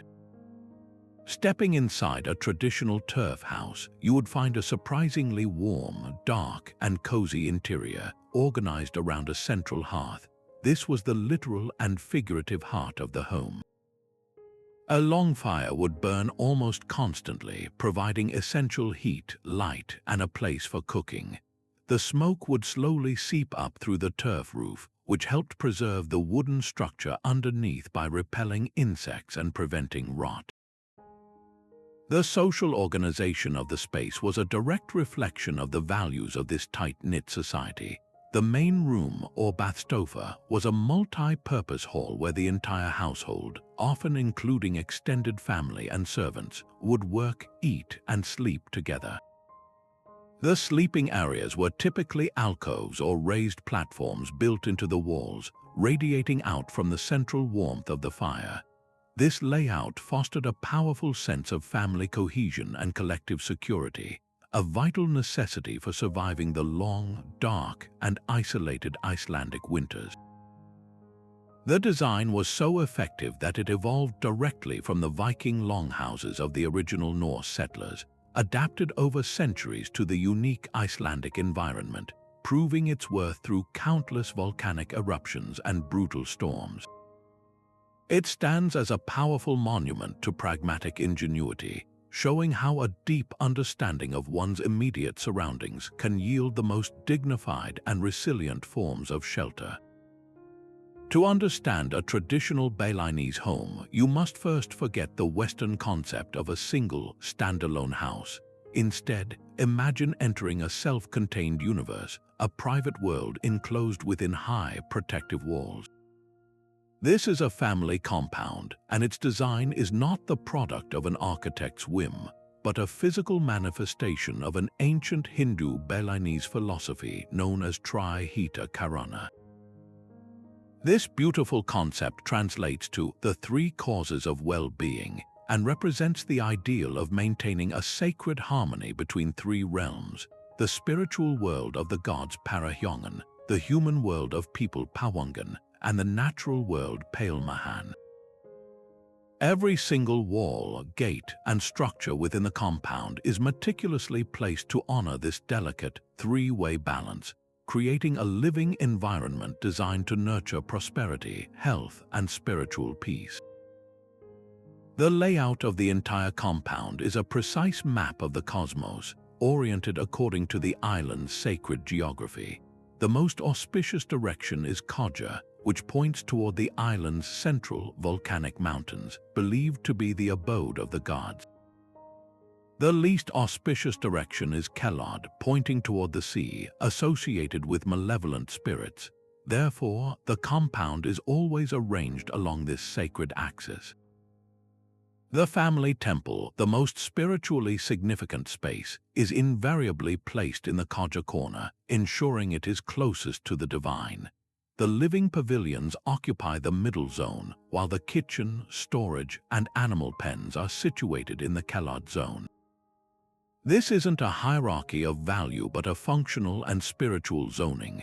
The purest activities are closest to the gods, while the more mundane, earthly functions are placed toward the sea, acting as a buffer against negative influences. Even the entrance gate is designed with profound meaning. You never enter directly. The path is always angled or blocked by a low wall called an ailing. This barrier prevents evil spirits, who are believed to travel only in straight lines, from entering, while allowing positive energy to flow freely throughout the compound. Within these sacred walls, the architecture is a masterclass in tropical comfort and spiritual symbolism. The various buildings are not enclosed boxes but a series of open pavilions, each with a specific purpose. The bale is a ubiquitous structure, a raised, open-sided pavilion with a steeply pitched roof supported by sturdy wooden pillars. There is a bail for receiving guests, a bail for sleeping, a bail for work, and so on. Their open design invites the cooling breezes to sweep through constantly, making air conditioning utterly unnecessary. The roofs are traditionally thatched with ijuk palm fiber or clay tiles, providing excellent insulation from the equatorial sun. The materials themselves are deeply symbolic. The raised floor represents the human world, the roof symbolizes the realm of the gods, and the pillars connecting them stand for the Naga, or sacred serpent, which connects the earthly and the divine. This transforms the simple act of sitting in a pavilion into an experience of being held within a sacred cosmological diagram. Water and greenery are not mere decorations, they are essential, living elements of the architectural plan. No compound is complete without its garden, its fruit trees, and its water features. The gentle sound of water is ever present, whether from a small fountain in a corner or a ceramic vessel that overflows during rain showers. This is both practical and profoundly spiritual. The water helps cool the air through evaporation, and the lush plants provide shade and reduce the heat island effect, creating a personal microclimate of tranquility. Spiritually, water is considered a purifying element, a gift from the gods, and its presence is essential for rituals and for maintaining the balance of the compound. This seamless integration of the built environment with the natural one ensures that daily life is perpetually immersed in beauty and serenity, a constant reminder of the connection between humans and the living world around them. The Balinese compound, therefore, offers a breathtakingly holistic vision of what a home can be. It is not just a shelter from the rain or a place to sleep. It is a carefully crafted sanctuary that actively cultivates physical comfort, family harmony, and spiritual well-being, demonstrating that the most advanced architecture is that which nourishes the soul as deeply as it protects the body. From the volcanic slopes of Iceland and the spiritual sanctuaries of Bali, we journey now to the sun-baked plains of the West African Sahel, where one of the most extraordinary architectural traditions in the world rises from the earth itself. In the ancient city of Djenné in Mali, the Great Mosque stands not as a building in the conventional sense, but as a living, breathing sculpture, meticulously crafted from mud, water, and straw. This is the pinnacle of Sudano-Sahelian architecture, a style defined by its profound adaptation to a harsh climate and its powerful role as a crucible of community and cultural identity. The mosque is not a static monument. It is a seasonal event, an annual renewal, and a breathtaking testament to what a community can achieve when it builds together with the very soil beneath its feet. The primary building block here is the ferry, a sun-baked mud brick. The process begins by mixing local clay-rich earth with water and chopped straw, which acts as a binding agent to prevent cracking. This mixture is packed into wooden molds and then left to cure for days under the intense African sun, transforming soft mud into a solid, durable brick. These bricks are then laid with a mortar made from the same mud mixture, creating walls that are astonishingly thick, often several feet deep. This massive thermal mass is the key to climate control.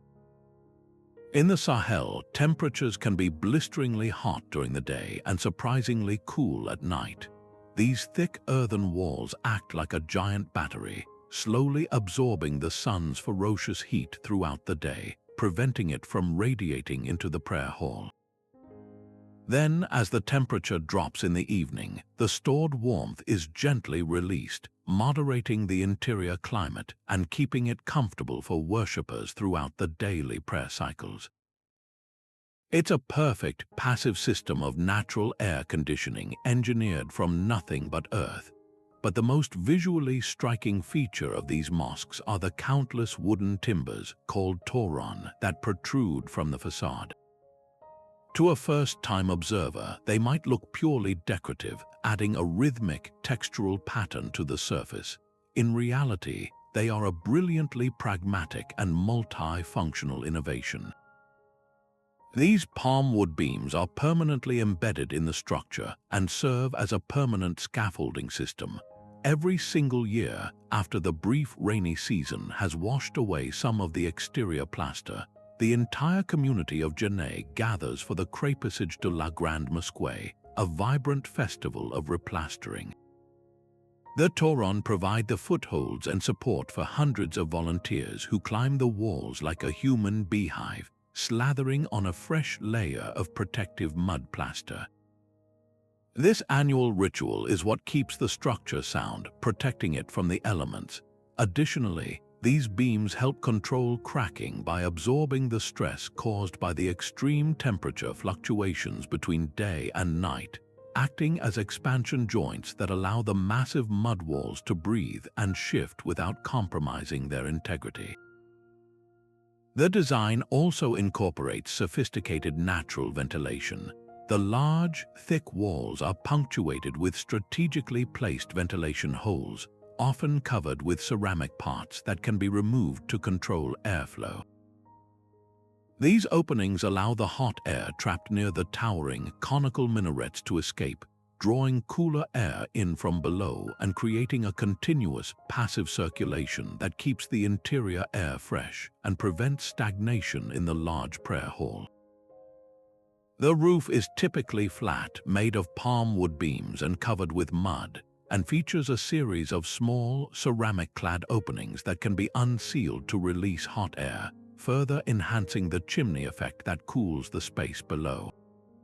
Yet, to focus solely on the environmental genius is to miss the deeper cultural heart of this architecture. The Great Mosque of Djenné is perhaps the world's most powerful example of a building that is sustained not by a professional construction crew, but by an entire community. The annual replastering is far more than mere maintenance. It is a cornerstone of the city's social and spiritual calendar. It is a festival filled with music, celebration, and a fierce sense of communal pride.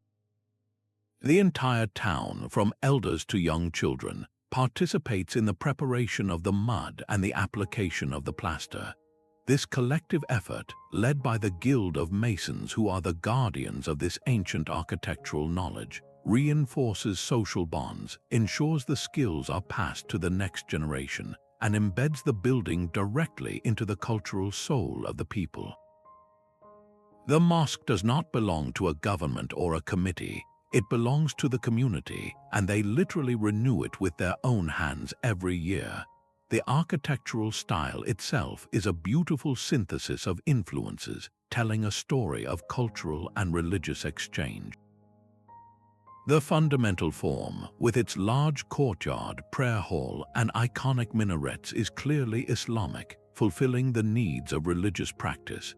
However, the aesthetic language is distinctly West African. The palm wood toron, the soft, organic curves, and the rhythmic, almost fractal-like patterns etched into the facade are all elements drawn from local building traditions that long predate the arrival of Islam. The result is not a copied import, but a unique and magnificent hybrid. It is a physical declaration that faith and local identity can merge to create something entirely new and magnificent. This fusion makes the mosque a powerful symbol of unity, demonstrating how a global religion can be expressed through a distinctly local, vernacular lens, creating a sacred space that is both universally Islamic and profoundly Malian. It stands as a stunning rebuke to the notion of architectural homogeneity, proving that the most resonant and enduring buildings are those that grow from the specific soil and spirit of their place. Deep within the vast, old-growth forests of northeastern North America, a unique and powerful architectural form emerged, one that was as much a social innovation as it was a shelter. For tribes of the Iroquois Confederacy, such as the Mohawk, Oneida, and Seneca, the Longhouse was the physical and spiritual center of their world. These were not just buildings, they were bustling, vibrant villages under a single, enormously long roof, embodying a way of life where the strength of the community was the foundation of survival and identity. Imagine a structure stretching over 200 feet in length, its curved roof and walls clad in the rugged, insulating bark of elm or birch trees, seamlessly integrated into the woodland clearing it occupied. This was a home designed not for a single nuclear family, but for an entire matrilineal clan, a physical declaration that in this world we thrive together. The construction of a longhouse was a brilliant application of available materials and a deep understanding of the cold forest climate. The framework began with rows of young, flexible saplings, harvested sustainably from the surrounding woods. These saplings were bent and lashed together into a series of arched ribs, creating a strong, tunnel-like superstructure that was remarkably resilient to heavy snow loads and strong winds. Over this frame, large, durable sheets of bark were meticulously sewn into place or weighted down with additional poles. This outer skin was the key to the longhouse's environmental performance.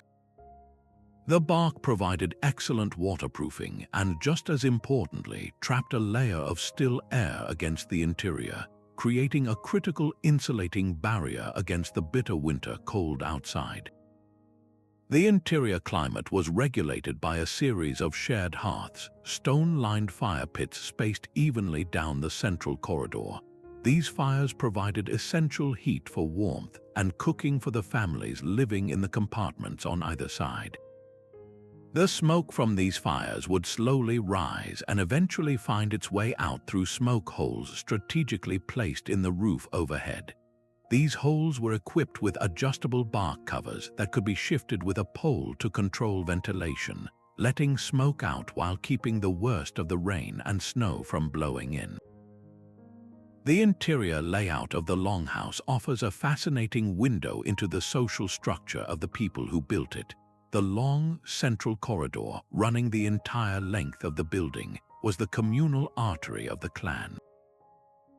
This was a shared space for socializing, for ceremonies, and for the collective work of daily life.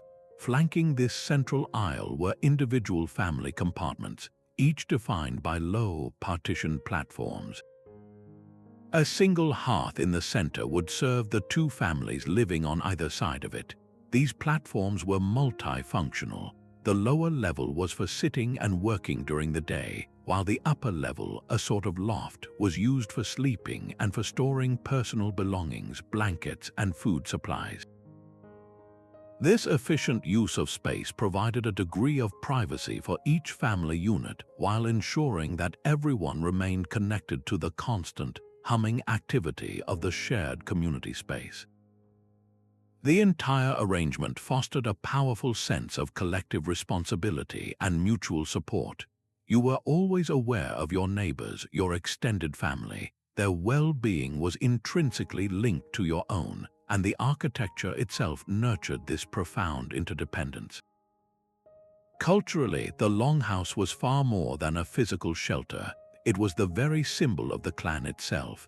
Each longhouse was home to a matrilineal group, meaning family lineage and identity were traced through the mother's line.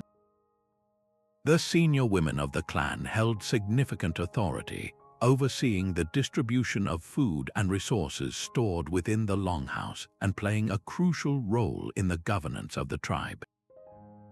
The concept of the longhouse was even scaled up to represent the entire Iroquois Confederacy itself, a powerful political alliance also known as the Haudenosaunee, or the people of the longhouse. In this metaphorical sense, the Confederacy was a great, symbolic longhouse stretching across the land, with the Mohawk guarding the eastern door and the Seneca the western, all living together under one law and one roof. This deep cultural resonance cemented the longhouse not just as a place to live, but as the foundational idea for a society built on consensus, cooperation, and peace. This way of life also reflected a sophisticated and sustainable relationship with the natural world. every material used in construction was sourced locally and organically. The saplings, the bark sheets, the cattail reeds used for mats, the sinew for lashing, all were gifts from the forest, taken with gratitude and a mindful awareness of not depleting the resource. When a longhouse reached the end of its life, perhaps after 20 years or so, the materials would simply return to the earth from which they came, leaving a minimal footprint. This stands in stark contrast to modern construction and offers a powerful lesson in social sustainability. The longhouse model demonstrates that a high quality of life and profound social cohesion can be achieved through shared resources and communal living, potentially reducing the material consumption and environmental impact per person. It presents a compelling vision of how architecture can actively shape a society that is not only adapted to its environment, but exists in a respectful, reciprocal relationship with it, a testament to the idea that a home is strongest when it is built to shelter the many. Now, let's travel to the rugged, windswept coasts and islands of the Scottish Highlands, where a unique and pragmatic form of architecture emerged from a life of crofting, small-scale subsistence farming in one of Britain's most challenging climates. Here, the Black House, or Teig Dub in Gaelic, stands as a powerful testament to a philosophy of integrated living, where the traditional boundaries between human and animal, home and barn, were not just blurred but were completely erased for reasons of sheer survival and brilliant efficiency. This was not a romantic ideal but a hard-nosed, practical response to an environment that offered little margin for error. The most defining and revolutionary feature of the Black House was its dual-purpose design. Under one long, sweeping thatched roof, you would find two distinct yet connected worlds. At one end lived the family, and at the other end, often separated only by a low stone partition or sometimes just a simple drain channel, lived their most valuable assets, their cattle, their sheep, or perhaps a few goats. To our modern sensibilities, this might seem unhygienic or even strange, but in the context of a Hebridean winter, it was nothing short of genius. The body heat generated by the animals, which is considerable, became a free, reliable, and vital source of warmth for the human occupants. On a freezing night, with gale-force Atlantic winds driving horizontal rain against the walls, the gentle, steady, radiant heat from a dozen cattle in the next room could mean the difference between mere discomfort and life-threatening hypothermia. This was a symbiotic relationship in the truest sense. The family provided shelter, fodder, and care for the animals, and the animals reciprocated with warmth, labor, milk, and eventually meat. The construction of the Black House was a masterclass in using what the land provided. The walls were massively thick, double-skinned structures built from loose stones cleared from the surrounding fields. The gap between these two stone walls wasn't left empty. It was packed with earth, peat, or straw, whatever was available, creating a layer of incredibly effective insulation that trapped heat inside and blocked the piercing wind from penetrating. The roof was a complex, layered affair. It started with a framework of wooden beams, often driftwood or precious, scant local timber, over which a thick thatch of barley straw, heather, or even turf was laid. This thatch was then secured not with nails, but with a network of ropes weighed down with stones or anchored to large rocks on the ground, a necessary innovation to prevent the entire roof from being torn off and hurled into the sea by the frequent and violent storms. One of the most distinctive features, and one that would shock us today, was the deliberate lack of a chimney. There was no hole in the roof for smoke to escape. Instead, the smoke from the central peat fire, which burned almost constantly on a flagstone hearth in the middle of the room, was simply allowed to fill the upper part of the living space. It would eventually seep out slowly through the porous, woven thatch of the roof. While this meant the interior was perpetually smoky, staining the walls and rafters black, which is one theory for the name Black House. It served several crucial purposes. Firstly, the smoke acted as a powerful preservative. It cured and dried the thatch from the inside out, making it resistant to rot and ensuring the roof could last for decades. Secondly, the smoke effectively fumigated the dwelling, killing off insects and parasites in the thatch and helping to preserve any food, like fish or meat, that was hung from the rafters to smoke and cure. The floor was typically just packed earth, often shared with the animals, and over time, a build-up of discarded shellfish shells, animal bones, and ash would create a hard, almost concrete-like surface. Culturally, the Black House was the absolute center of crofting life, a multi-generational hub of constant activity. The central hearth was the spiritual and physical heart of the home. It was considered sacred. The fire was never allowed to go out completely, symbolizing the continuity of the family. The space around it was for cooking, eating, storytelling, and crafting. The warmth, the smell of peat smoke, the sound of the animals rustling in their straw just a few feet away. This was the sensory landscape of daily existence. This integrated lifestyle fostered a profound, intimate connection between the family and their livestock. The animals were not merely commodities, they were fellow inhabitants, their health and well-being directly tied to the survival of the people. This cohabitation required a meticulous, almost ritualistic cleanliness to manage waste and maintain a level of hygiene that prevented disease, a discipline born from necessity and honed over generations. The Black House, therefore, teaches us a powerful lesson in resource maximization and resilience. It shows that in the face of extreme environmental constraints, the most intelligent design solutions often come from breaking down conventional categories and finding innovative ways to harness every available source of energy, even the breath and body heat of the creatures we live alongside. It is a humbling reminder that comfort and survival can be found in the most integrated of relationships.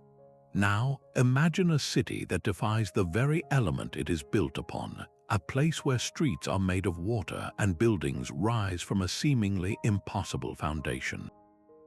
This is Venice, a breathtaking urban marvel that represents one of humanity's most audacious architectural conversations with water.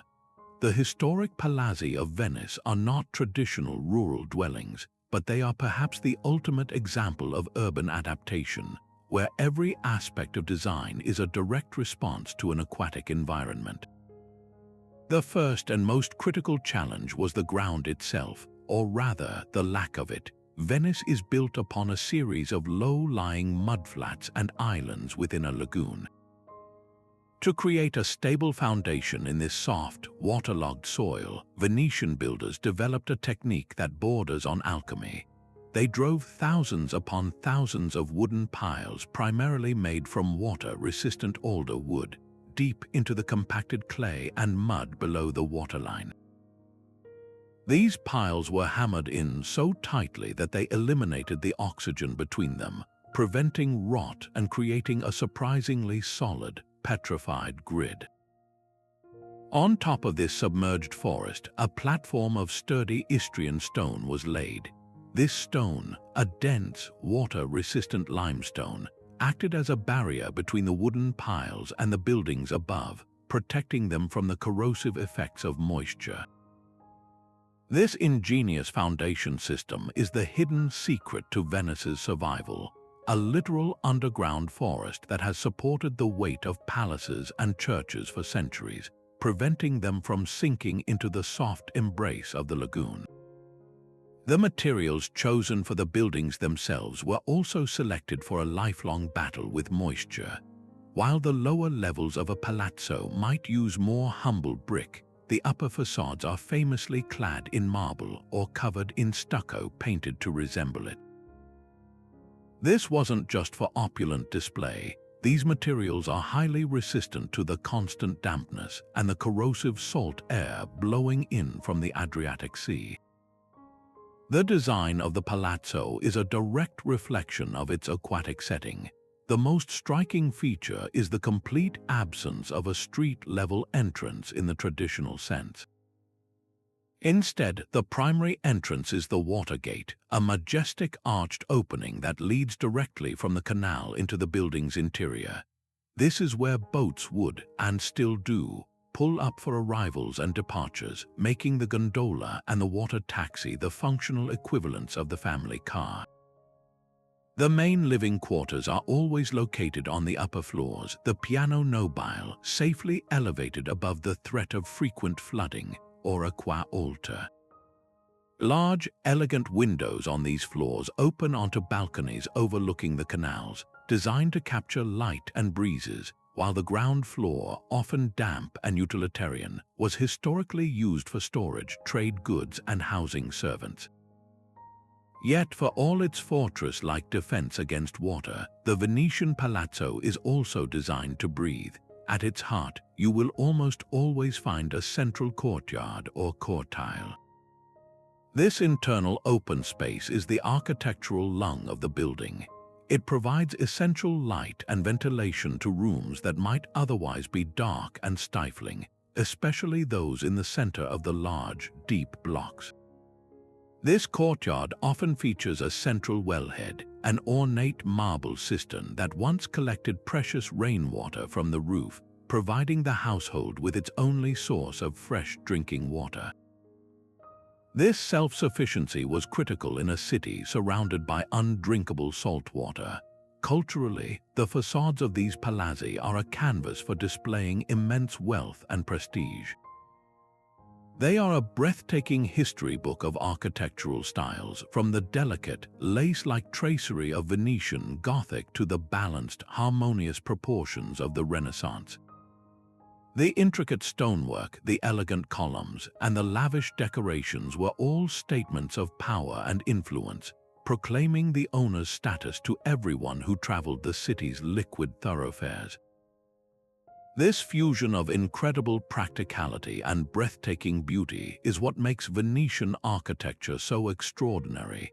Every element, no matter how decorative, serves a purpose in the ongoing dialogue with water. However, this centuries-old dialogue is now facing its greatest challenge. The ancient solutions that allowed Venice to thrive are being tested by modern problems they could never have anticipated.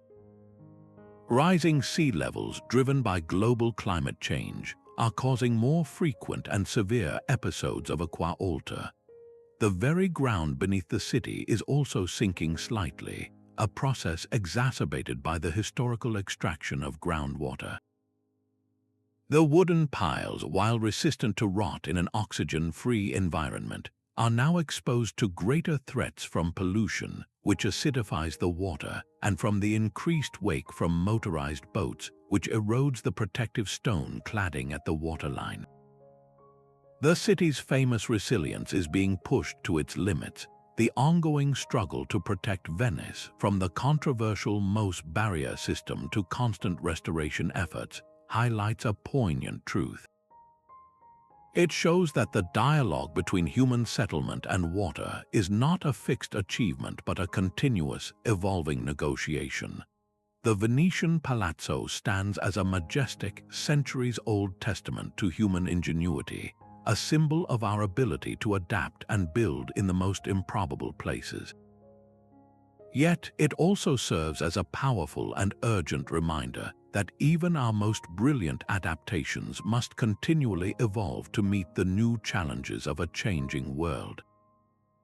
Leaving behind the sturdy, earth-bound structures of the Scottish Black House, we journey now to the sun-drenched plains of ancient Persia, where architects confronted the relentless desert heat not with thick walls, but with elegant, towering structures that literally reached out to harness the sky itself.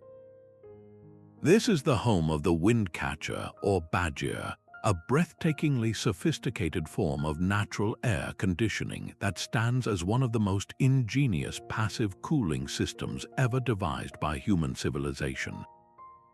Imagine a landscape where the summer sun drives temperatures to blistering extremes, And then picture a series of tall, chimney-like towers rising gracefully above the rooftops of a city, their open sides silently and efficiently pulling cool breezes down into the homes below. This is not magic, it is the result of centuries of refined observation and a profound understanding of physics, a testament to the power of working in harmony with natural forces rather than against them. The fundamental principle behind the Windcatcher is beautifully simple yet incredibly effective. It operates on the basic laws of thermodynamics and fluid dynamics that hot air rises, and that air will always move from an area of high pressure to an area of low pressure. The tower itself is the engine. Its top is open on 1, 2, 4, or sometimes even all 8 sides. When a breeze blows across the landscape, it is captured by these open faces and funneled downward into the shaft of the tower. The design of these openings is often angled to maximize the capture of prevailing winds from the coolest direction, typically the north. But the true genius is that the system works even on a perfectly still, windless day. In this scenario, the sun heats the air inside the tower. This hot air, being less dense, naturally rises and escapes out of the top of the structure. As it does so, it creates a subtle suction effect, a low-pressure vacuum that actively draws cooler, heavier air from the interior of the house up through the tower and out, effectively flushing the stale, warm air from the building. The Windcatcher is, therefore, a perfectly bidirectional system, capable of both forcing cool air in and pulling hot air out, responding intelligently to the immediate environmental conditions without any need for human intervention or external power. The cooling power of the Badger was often dramatically enhanced by integrating it with another stunning Persian invention, the Qanat. This was a sophisticated underground aqueduct system that tapped into water trapped deep in the foothills of mountains and channeled it for many miles through gently sloping tunnels to provide a reliable, gravity-fed water supply to the arid cities of the plains. The magic happened when these two systems were combined. The incoming air captured by the Windcatcher could be directed down a shaft and through these cool, damp Qanat tunnels before entering the living quarters of the house. As the dry desert air passed over the flowing water, it was cooled through evaporation, dropping in temperature significantly and often gaining a touch of welcome humidity. Alternatively, some homes would direct the airflow from the tower over a small indoor pool or fountain in the central courtyard, achieving a similar evaporative cooling effect. This combination transformed the incoming breeze from merely ambient to refreshingly chilled, creating a comfortable microclimate that could rival any modern air conditioning unit, all without consuming a single drop of fossil fuel. Beyond their sheer functional brilliance, Windcatchers are also magnificent works of art and cultural symbolism. They are not crude functional appendages but are intricately woven into the architectural fabric and skyline of a city. The brickwork on their facades is often laid in stunning, complex geometric patterns, showcasing the extraordinary skill of Persian masons. Their elegant, slender forms create a rhythmic and beautiful silhouette against the desert sky, turning a piece of utilitarian engineering into a statement of civic and cultural pride. The height and ornamentation of a Windcatcher could even serve as a subtle indicator of the wealth and status of the household below. They became powerful symbols of Persian ingenuity, a physical declaration of a culture's ability to not just survive in a harsh environment, but to thrive within it with intelligence, grace, and artistry.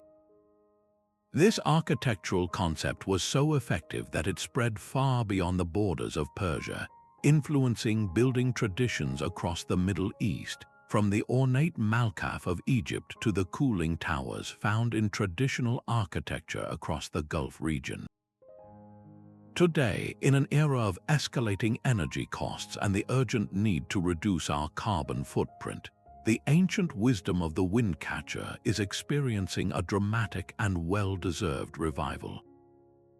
Modern architects and engineers are looking back to these passive cooling principles for inspiration. Contemporary interpretations, sometimes called solar chimneys or wind towers, are being integrated into new sustainable buildings, from large commercial structures to private eco-homes.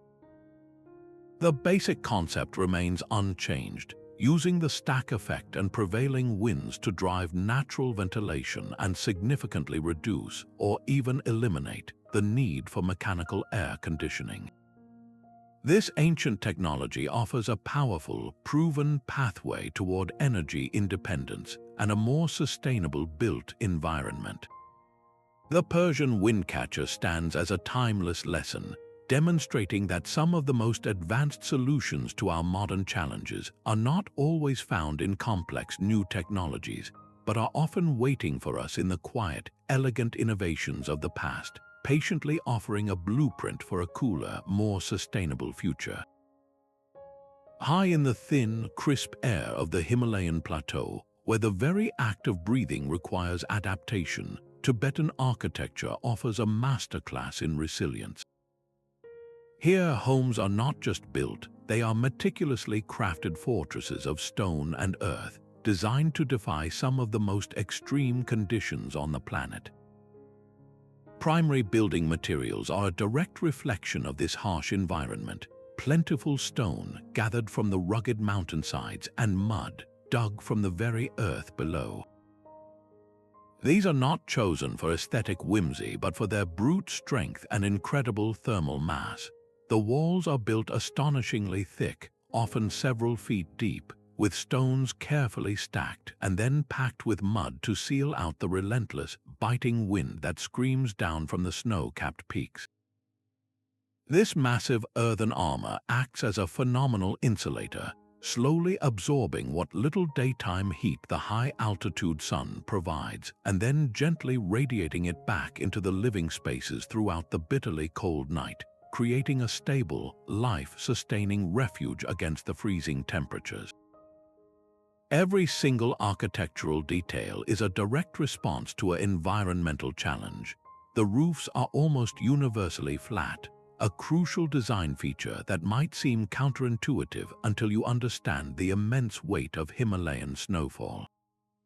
A pitched roof would create dangerous pressure points where massive snowdrifts could accumulate, risking a catastrophic collapse. A flat, sturdy roof, however, is engineered to distribute this enormous weight evenly, allowing the snow to sit harmlessly, where it actually serves as an additional layer of insulation until the warmer weather arrives and it melts away. The windows are another exercise in precision engineering. They are kept small and few in number, often just narrow vertical slits.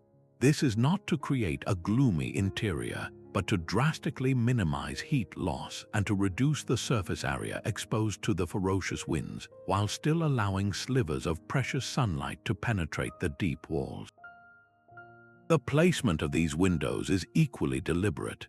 They are almost always concentrated on the south-facing side of the structure to maximize passive solar gain, capturing every possible ray of the sun's weak warmth during the short winter days. Stepping inside one of these stone houses reveals a world where the spiritual and the practical are seamlessly woven into the fabric of daily life. The interior is typically dark, warm, and enveloping, centered around a large, centrally located hearth used for both cooking and heating. The walls are often lined with built-in seating and sleeping platforms, which are directly heated by the smoke and warmth from the fire before it finds its way out through a small hole in the roof. And in a corner of almost every main room, you will find a small, beautifully maintained Buddhist shrine. This is not an afterthought or a separate religious space. It is the spiritual heart of the home.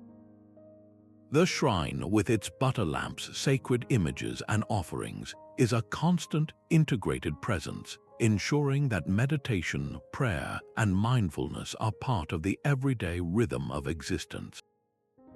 The home itself becomes a sacred vessel, a mandala that supports not just physical survival, but spiritual practice and well-being.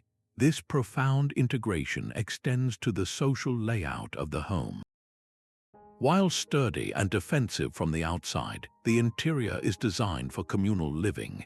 After a long day of tending to yaks or working the high-altitude fields, families and neighbors gather in the main room around the hearth. This is where stories are shared, butter tea is poured from steaming churns, and the community strengthens its bonds over conversation. The design fosters this intimate social interaction, creating a warm, shared core that stands in defiant contrast to the vast, cold, and isolated landscape outside.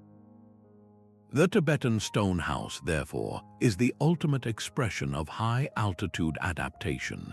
It demonstrates a breathtaking understanding of material science, using local resources to create a hyper-efficient thermal envelope. But it also reveals a cultural wisdom that prioritizes spiritual nourishment and communal warmth, proving that the most resilient architecture is that which shelters the human spirit every bit as effectively as it protects the body from the elements. Now let us venture deep into the heart of the Amazon rainforest, a place of almost overwhelming life where the air itself feels thick with moisture and the constant, gentle patter of rain on leaves. Here, amidst this breathtaking biodiversity, we find a dwelling that is the absolute antithesis of the isolated suburban home, the Maloca. This is not a mere house, it is a village under a single, magnificent roof, a physical embodiment of a worldview where community is not just valued, but is the very foundation of existence. The Maloca is a grand, oval-shaped structure, its vast arched roof soaring high above the forest floor, built entirely from materials gifted by the surrounding jungle. Its framework is a skeleton of sturdy palm wood poles, lashed together with tough vines, over which a thick, waterproof thatch of palm leaves is layered with incredible skill. This roof is the Maloca's first line of defense, a superbly engineered shell designed to shed the torrential tropical downpours with ease. Its steep pitch ensuring water cascades harmlessly to the ground far from the walls. But perhaps its most brilliant feature is its openness. Unlike our sealed homes, the Maloca often has large, open portals at each end and walls that are little more than low barriers, an invitation for the humid air to flow freely through the entire structure. This constant, passive ventilation is the key to combating the oppressive mugginess, preventing the stagnation of air and the growth of mold, making the vast interior surprisingly cool and comfortable. At the very center of this communal universe burns the hearth. This is not a fireplace tucked away in a corner. It is the sacred, beating heart of the Maloca. The central fire burns day and night, its smoke slowly rising to weave through the intricate lattice of the roof beams above. This smoke plays a vital, practical role. It cures and preserves the thatch, protecting it from rot and insect infestation, and it helps to deter mosquitoes and other biting insects from the living space. But its significance runs infinitely deeper. The hearth is the focal point for all social and ceremonial life. It is where meals are prepared in large, shared pots, where stories are passed down from elders to children in the flickering firelight, where disputes are settled, and where the entire community gathers to discuss important matters. The space around the fire is the communal living room, kitchen, and parliament all in one, a powerful architectural statement that the collective life of the group takes precedence over individual privacy. This brings us to the most profound cultural aspect of the Maloca, its purpose as a home for multiple families. A single Maloca might house dozens of people, all belonging to the same extended clan or tribe. The interior is carefully organized, a map of social and kinship relationships. The space is divided not by walls, but by understood social codes. Each family unit has its own designated area around the periphery, with their hammocks slung for sleeping and their personal belongings stored. Yet, these areas are open and connected, visually and audibly linked to the central communal space. This layout is a constant physical reminder of the values that hold the community together: shared responsibility, mutual support, and a deep sense of collective identity. The work of maintaining the Maloca, of fishing, hunting, and gardening, is done for the benefit of all.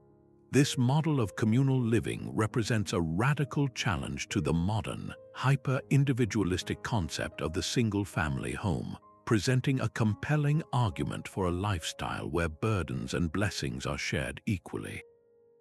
The Maloca is also a sacred canvas, a living storybook. The massive interior support posts, the roof beams, and the exterior facades are often adorned with elaborate, symbolic paintings.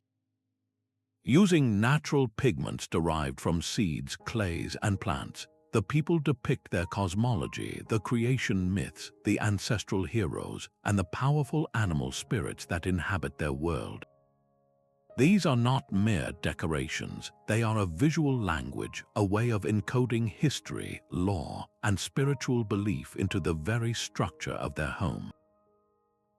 To live inside a Maloca is to be surrounded by these stories, to be constantly educated and reminded of your place within the universe and your responsibilities to your ancestors and to the natural world. This intricate relationship with the environment is the final, crucial lesson of the Maloca. Its construction requires no clearing of vast tracts of forest. It uses only what is sustainably available. When the thatch eventually wears out or the supporting posts succumb to age, the materials simply return to the earth from which they came, leaving a minimal footprint. The Maloca, therefore, stands as a majestic, timeless example of how to live with a biodiverse region, not against it. It offers a powerful, sustainable blueprint for community-centered living that respects the delicate balance of the most vital ecosystem on our planet. Now we travel to the low-lying, waterlogged landscapes of the Netherlands, a nation that has literally wrestled its existence from the sea. Here, the traditional Dutch farmhouse is not just a home, it is a frontline soldier in an eternal battle against water, a masterpiece of proactive defense and ingenious adaptation. The very first thing to understand is that much of this country sits below sea level, a fact that has shaped every aspect of its architecture and culture. The solution began not with the house itself, but with the ground it stands on. Long before construction even started, farmers would build terps, massive, artificial mounds of earth, clay, and manure carefully raised above the surrounding floodplains. These were not small garden hills, they were substantial, engineered platforms, sometimes large enough to support an entire village, creating an island of safety in an unpredictable aquatic world. Upon these stable, elevated foundations, they would then construct their farmhouses, ensuring that the living quarters and precious livestock would remain high and dry, even when the land around them turned into a shallow inland sea. The classic Frisian Longhouse or Longhouse is a perfect example of this integrated, efficient design. From the outside, it presents a long, low-slung profile with a sweeping, bell-curved thatched roof that seems to flow seamlessly from one end of the structure to the other. This beautiful, continuous roof shelters a brilliantly efficient layout underneath. Just like the Scottish black houses we explored earlier, the Dutch Longhouse combines the family's living space with the barn and stable under one enormous roof. On one end, you would find the cozy human quarters with a central hearth for cooking and warmth. Directly adjacent, separated often by just a partition, were the cattle, the sheep, or the horses. This was a system of magnificent efficiency. The body heat generated by the animals provided essential warmth to the human side during the harsh, damp winters, reducing the fuel needed for heating. It also allowed the farmer to tend to the livestock without ever having to brave the wind and rain outside, a crucial advantage in the demanding maritime climate. The thick walls, often made of brick on the lower levels and wood above, provided excellent insulation against the chilly North Sea winds, while the vast thatched roof was not only a superb insulator, but also a lightweight material that put less stress on the structure. But the architectural innovation extends far beyond the single building. The Dutch didn't just raise their homes, they completely re-engineered the landscape around them. Surrounding these farmsteads, you would find an intricate network of drainage ditches and canals, all meticulously dug by hand. These waterways served a dual purpose. They drained the excess water from the waterlogged peat soil, making agriculture possible, and they also functioned as vital transportation routes, with goods and people moving by boat between farms. This entire hydrological system was managed by the most iconic symbol of Dutch ingenuity, the windmill. These were not the quaint decorative structures we see today, they were the powerful engines of the nation's survival. Windmills were employed to pump water continuously from the lower-lying polders land reclaimed from the sea into the higher-level canals, which would then drain into the rivers and eventually the ocean. It was a constant, energy-intensive battle, a literal holding back of the sea through mechanical means, and it required incredible communal cooperation and technical skill. Culturally, these farmhouses are bursting with identity and a distinct sense of place. While the overall form is practical, the Dutch poured their artistic spirit into the gable ends. The clock gable is a particularly beautiful and distinctive feature, a tall, ornate facade atop the main entrance, often shaped in a graceful bell or stair-step curve, and almost always crowned with a decorative clock. These gables were a powerful statement of prosperity and pride, and they were frequently painted in bright, cheerful colors like ox-blood red, deep green, or brilliant white, making the homestead stand out vividly against the flat, often gray landscape. The placement of windows was also strategic. Large windows on the upper floors, often with shutters painted in contrasting colors, allowed for maximum light in a region with long, dark winters, while also providing views over the carefully managed fields and waterways. This centuries-long, intimate dance with water has done more than just create a unique architectural style. It has fundamentally shaped the Dutch national character, forging a culture built on cooperation, precision engineering, and unwavering resilience. The constant threat of flooding required villages to work together to maintain dikes and drainage systems. There was no room for individualism when everyone's survival was at stake. This historical necessity for collective water management is deeply ingrained and informs the famous Dutch approach to consensus and social planning to this day. More importantly, this hard-won expertise has positioned the Netherlands as a global leader in hydraulic engineering. The same principles of water management first tested on these local farmsteads: the building of terps, the creation of polders, the use of wind power for pumping, have been scaled up to create the monumental Delta Works, one of the most extensive and sophisticated flood protection systems in the world. The humble terp and the windmill were the proving grounds for the technologies that now protect entire cities, demonstrating that the deepest wisdom often grows from the most immediate and urgent needs, a legacy of living with water that continues to inform how we build resilience in a world of rising seas. Journey with me now to the sun-drenched, wind-swept islands of Greece, where the architecture performs a beautiful and brilliant double duty. Here, the iconic whitewashed villages perched on cliffsides are far more than just a postcard-perfect view. They are a masterclass in environmental engineering and a powerful expression of cultural identity, all achieved with stunning simplicity. The most striking feature is, of course, the blindingly white walls. This is not merely an aesthetic choice, it is a fundamental principle of physics put to work. The color white has the highest albedo, meaning it reflects the vast majority of the sun's radiant energy rather than absorbing it. In the intense heat of the Mediterranean summer, where the sun can feel like a physical weight, these whitewashed surfaces act as a shield, bouncing the solar radiation back into the atmosphere and keeping the interior walls, and consequently the rooms inside, significantly cooler.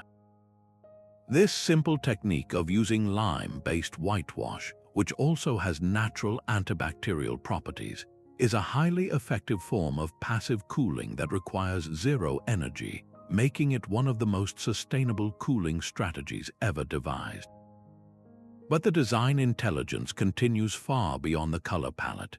The very form of these island homes is a direct response to the elements. They are typically simple, cubic structures. This box-like shape isn't a lack of imagination. It's a calculated defense against the strong, dry Meltemi winds that whip across the Aegean Sea. A complex shape with lots of angles and projections would create turbulence and pressure points, giving the wind something to grab and claw at. The smooth, streamlined cubic form offers minimal resistance, allowing those powerful gusts to flow around the building with ease, reducing structural stress and preventing damage. The roofs are most often flat, a practical choice in a region with little rainfall. This allows for the collection of precious rainwater in cisterns, but it also, again, presents a low, uncomplicated profile to the wind. The windows are another exercise in precision. They are kept small and deep set within the thick walls, often fitted with sturdy, brightly painted wooden shutters. These shutters are the final piece of the climate control puzzle. During the scorching midday hours, they can be closed completely to block out the heat and glare, creating a cool, dark, and private interior refuge. In the evening, they are thrown open to capture the cool sea breezes, promoting perfect cross-ventilation that flushes the house with fresh, night air. Culturally, this world-famous aesthetic is deeply intertwined with a philosophy of simplicity, cleanliness, and a harmonious connection to the landscape. The practice of whitewashing is an ancient tradition, often a communal activity that would be done annually, sometimes before major religious holidays like Easter, symbolizing a renewal and purification of the home.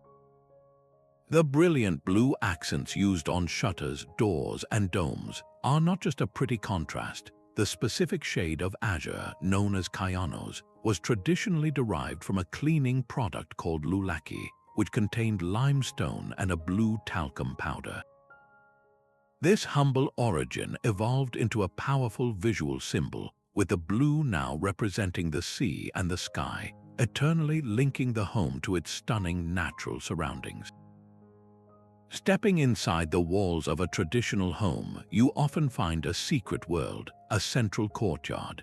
This private outdoor room is the true heart of the house, shaded by a pergola heavy with grapevines and filled with the fragrant aroma of potted herbs like basil, jasmine, and rosemary.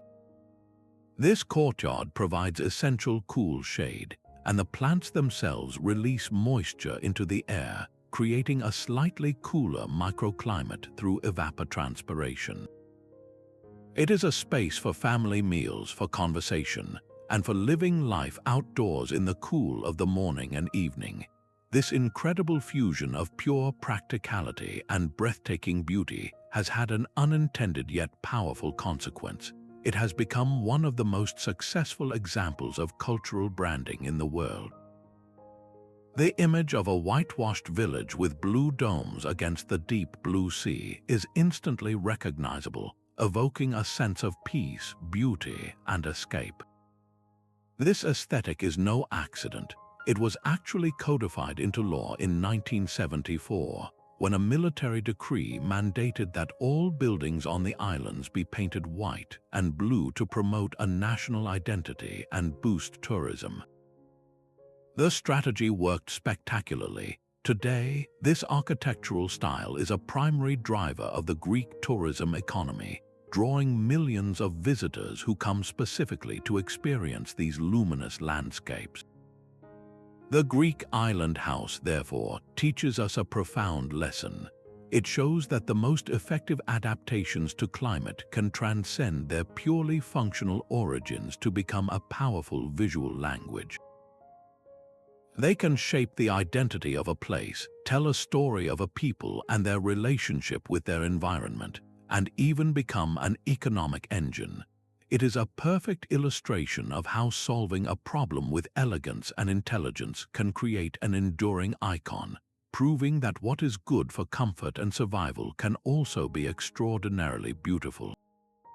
Moving from the luminous, sun-drenched islands of Greece, we now travel to the archipelago of Japan, a land of breathtaking beauty and profound geological unrest. Here, the traditional dwelling known as the Minka offers a masterclass in a different kind of resilience, an architecture of graceful flexibility, designed not to defiantly resist the forces of nature, but to absorb and move with them. In a country frequently shaken by earthquakes, lashed by typhoons, and buried under heavy snow, the Minka evolved not as a fortress, but as a nimble and intelligent partner to the environment, embodying a philosophy that the most enduring strength is found in adaptability, not in rigid opposition. The first thing you notice about a Minka is its magnificent soaring roof. It is an enormous, heavy canopy, often comprising more than half of the structure's total volume. This steeply pitched thatched roof is a direct and pragmatic response to Japan's heavy rainfall and, in many regions, immense snowfall. The dramatic angle is engineered for one primary purpose: rapid shedding. It allows rain to sheet off quickly, preventing any accumulation that could lead to leaks or rot in the thatch, and it encourages tons of snow to slide off harmlessly before its weight can become dangerously structural. Beneath this protective canopy, the living space is elevated off the ground on sturdy posts. This raised floor is another stroke of genius. It creates a critical buffer zone that allows cooling breezes to circulate underneath during the humid summers, pulling moisture away from the floorboards and preventing the dampness that would inevitably plague a structure sitting directly on the earth. This simple elevation is a fundamental strategy for staying dry and comfortable in a humid climate, but the true revolutionary genius of the Minka lies in its hidden skeleton, in the way it is engineered to deal with the Earth's tremors. Unlike Western architecture, which often relies on rigid, triangular trusses to create stability, the traditional Japanese timber frame uses a system of posts and beams connected by complex, interlocking joinery. The key here is that these joints are designed to be slightly flexible. They are masterpieces of woodworking, allowing the structure to sway and rock during an earthquake. When the ground shakes, a Minka is meant to dance. It flexes and absorbs the seismic energy, distributing the forces throughout its frame, and then settling back into place, rather than cracking and collapsing under the stress like a more rigid brick or concrete building might. This incredible flexibility is what has allowed these ancient structures to survive centuries of tremors that have toppled countless modern buildings. It represents a profound understanding that sometimes you have to yield to a powerful force in order to ultimately withstand it. This philosophy of flexibility extends from the grand structural scale right down to the intimate details of daily life. The interior of a Minka is a lesson in fluid, adaptable space. Solid, load-bearing walls are rare. Instead, the spaces are defined by a series of lightweight, movable panels called shoji and fusuma. Shoji are the translucent screens made of wooden lattice and rice paper that serve as exterior walls and windows, diffusing the harsh sunlight into a soft, gentle glow that fills the interior. Fusuma are the opaque, often beautifully painted, sliding panels that act as interior walls. This system means that the entire floor plan is reconfigurable in an instant. A large, open hall used for family living during the day can be quickly subdivided into smaller, private sleeping rooms at night. A room can be opened entirely to the garden for a summer celebration or closed up tightly to conserve heat in the winter. The very concept of a room with a single, fixed purpose is foreign to the Minka. Space is meant to be fluid, to serve the changing needs of the people and the seasons. This adaptable layout is deeply infused with cultural and spiritual meaning. Despite its rustic, agricultural origins, the Minka often includes designated spaces for spiritual practice and ritual. There is almost always a special alcove, the tokonoma, reserved for displaying a carefully chosen piece of art, a scroll, or a simple flower arrangement. This focal point reflects the Zen Buddhist principles of mindfulness, simplicity, and appreciation for transient beauty. There will be a dedicated, sacred space for the family altar, or Butsudan, where ancestors are honored. And the entire home is organized to foster a connection with the natural world outside. The large openings and engawa, a veranda-like transitional space, blur the line between inside and outside, ensuring that the inhabitants are always aware of the passing seasons, the weather, and the garden. The Minka, therefore, is far more than a shelter from disasters.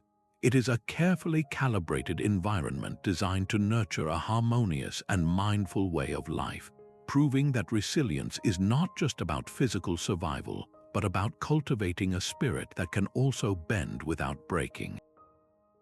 This timeless wisdom, born from necessity and refined over centuries, offers a powerful blueprint for how we might build safer, more adaptable, and more harmonious communities in our own disaster-prone world. Imagine stepping through a heavy, unassuming wooden door on a dusty, chaotic street in Marrakesh or Fez. The noise of the market, the calls of vendors, the clatter of carts, the general hum of 1,000 conversations seems overwhelming. You cross the threshold, the door closes behind you, and in an instant the world transforms. The cacophony of the city vanishes, replaced by the gentle, soothing sound of trickling water. The harsh, direct sunlight is gone, filtered into a soft, dappled glow.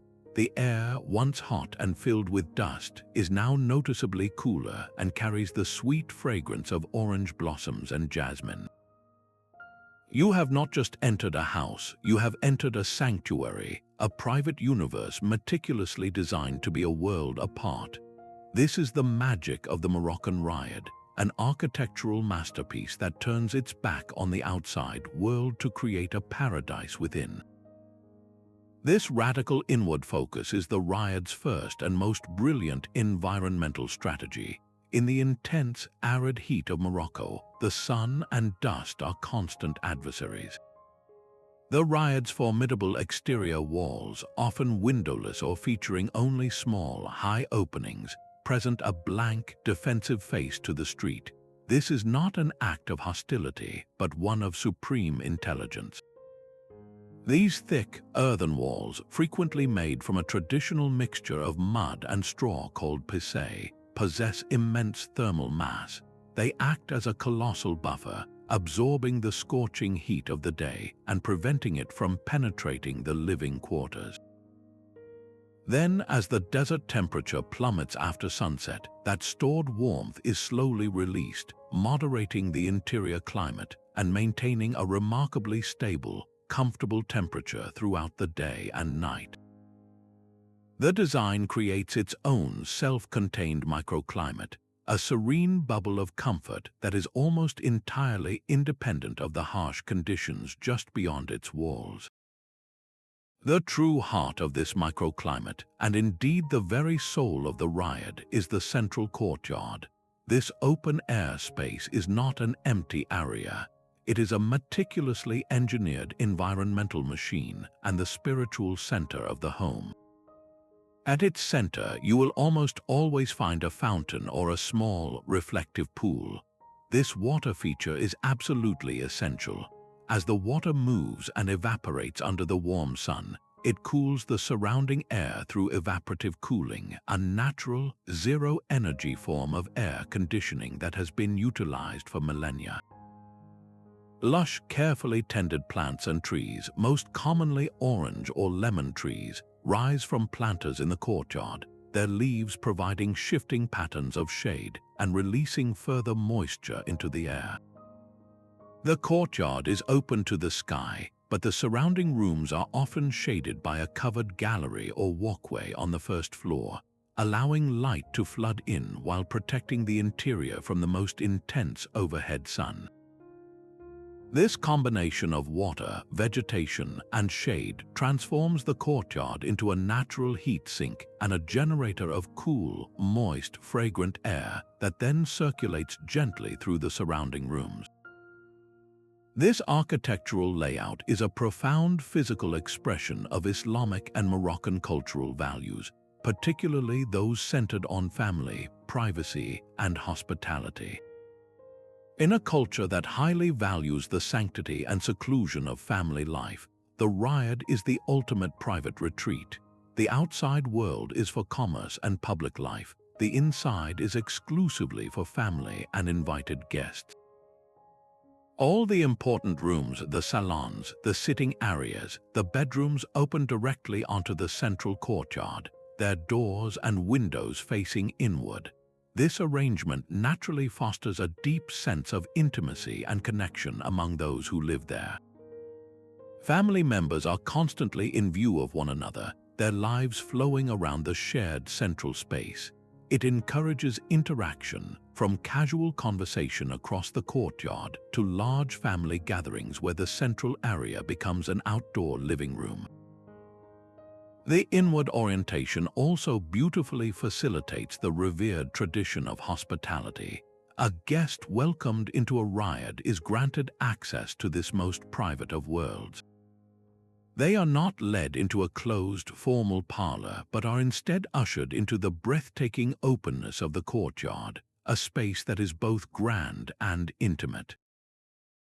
The hospitality is expressed not just through food and drink, but through the environment itself, the visual beauty, the calming sounds, the refreshing coolness. It is an offering of peace and tranquility. This cultural need for privacy and the creation of a sacred family space is what ultimately shaped the riad's most defining characteristic. Its secretive, fortress-like exterior that gives no hint of the lush, beautiful world hidden within. And what a breathtakingly beautiful world it is. The riad's surfaces are a canvas for some of the world's most stunning decorative arts.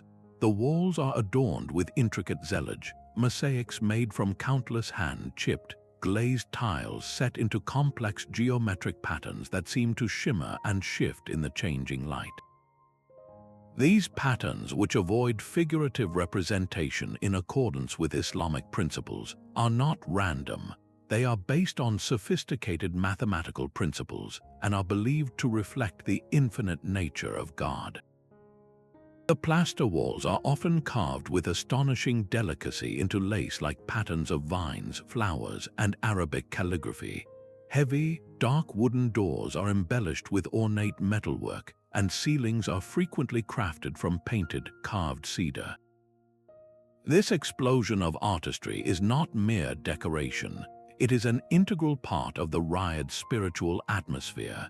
The intricate, repetitive patterns are meant to induce a state of contemplation and wonder, transforming the home into a place of both physical comfort and spiritual reflection. The riad, therefore, stands as a perfect synthesis of extreme practicality and sublime beauty. It demonstrates with unparalleled elegance how the constraints of a harsh climate and a deep desire for privacy can be transformed by human ingenuity into a virtue, resulting in an architectural form that is as intelligent as it is soulful. Venturing into the vast, frozen expanse of the Siberian tundra presents a landscape of almost unimaginable extremity, a world locked in permafrost where winter darkness lasts for months and temperatures can plunge to life-threatening depths. In this environment, the very concept of a permanent settlement is not just impractical, it is impossible. For the Nenets and other nomadic peoples of the Arctic, survival is intrinsically linked to movement, to following the ancient migratory routes of their most vital resource, the reindeer. Their architectural solution is a masterpiece of radical minimalism and profound efficiency, the chum. This is not a stationary shelter but a portable home, a lightweight, mobile system that can be assembled or disassembled in under an hour, perfectly embodying a lifestyle in constant, graceful motion with the rhythms of the land and its animals. The construction of a chum is a study in elegant simplicity, using only what is immediately available and necessary. Its skeleton is a tripod of sturdy, long wooden poles lashed together at the top to form a stable conical frame. Additional poles are then leaned against this central structure to create the full, circular footprint. This framework is then covered with sewn reindeer hides, which are incredibly dense and insulating. These hides are the chum's superpower. The reindeer fur is comprised of hollow hairs which trap an immense amount of air, creating a phenomenal natural barrier against the brutal wind and cold. It is far more effective than any modern synthetic insulator in these conditions. A central fireplace on the ground provides direct heat and a means for cooking, its smoke naturally finding its way out through the small opening left at the top of the conical structure. The entire design is a perfect self-regulating system. The heat from the fire and the occupants rises, creating a warm pocket of air inside, while the insulating hides and the low profile prevent the relentless tundra winds from stealing that precious warmth away. Every single element of the chum's design is dictated by the uncompromising need for portability. The entire structure, including all the poles and hides, must be lightweight and compact enough to be loaded onto a sled and pulled by reindeer. There is no room for sentimental clutter or non-essential possessions. Every item owned by a Nenets family has a defined purpose and a designated place on the sled. This extreme minimalism is not a lifestyle of poverty, but one of sophisticated priority, where utility and survival are the highest values. The act of packing, moving, and unpacking is a daily or weekly ritual, a skill perfected from childhood, ensuring that the entire community can pick up and follow the reindeer herds across hundreds of miles without leaving a trace on the fragile landscape behind them. This represents the ultimate expression of a low-impact, sustainable way of life, where human existence is woven so lightly into the environment that it barely disturbs it. Culturally, the chum is a powerful physical symbol of the values that hold these nomadic societies together. The circular layout is profoundly significant. There are no corners, no hierarchical divisions of space. The interior is arranged in a continuous ring around the central fire, representing the equality of all members of the family and the community. Specific areas are designated by tradition, for sleeping, for cooking, for storing sacred objects, but these are understood zones, not separated by walls. This open plan fosters constant face-to-face interaction and reinforces a powerful sense of collective identity and mutual dependence. In a world where isolation means certain death, the architecture itself is a daily reminder that everyone's survival depends on everyone else. The hearth is the sacred center of this universe, not just a source of heat but the spiritual heart of the home, around which stories are told, knowledge is passed down and the social fabric of the group is continually strengthened. This profound intimacy with the reindeer is the final, crucial layer of this adaptive system. The relationship is not one of domestication in the typical sense, but one of deep, symbiotic partnership. The reindeer provide the hides for the chum's walls, the meat for food, and the tendons for thread. Crucially, they are also the transportation, the living engines that make the nomadic life possible. The design of the chum, and indeed the entire culture, is therefore built around the needs and patterns of the herd. The people move when the reindeer move, ensuring the animals have access to the lichen and vegetation they need to survive. This creates a feedback loop of resilience. The well-being of the reindeer ensures the survival of the people, and the migratory lifestyle of the people ensures the health of the reindeer and the tundra ecosystem. The chum, therefore, is more than a tent.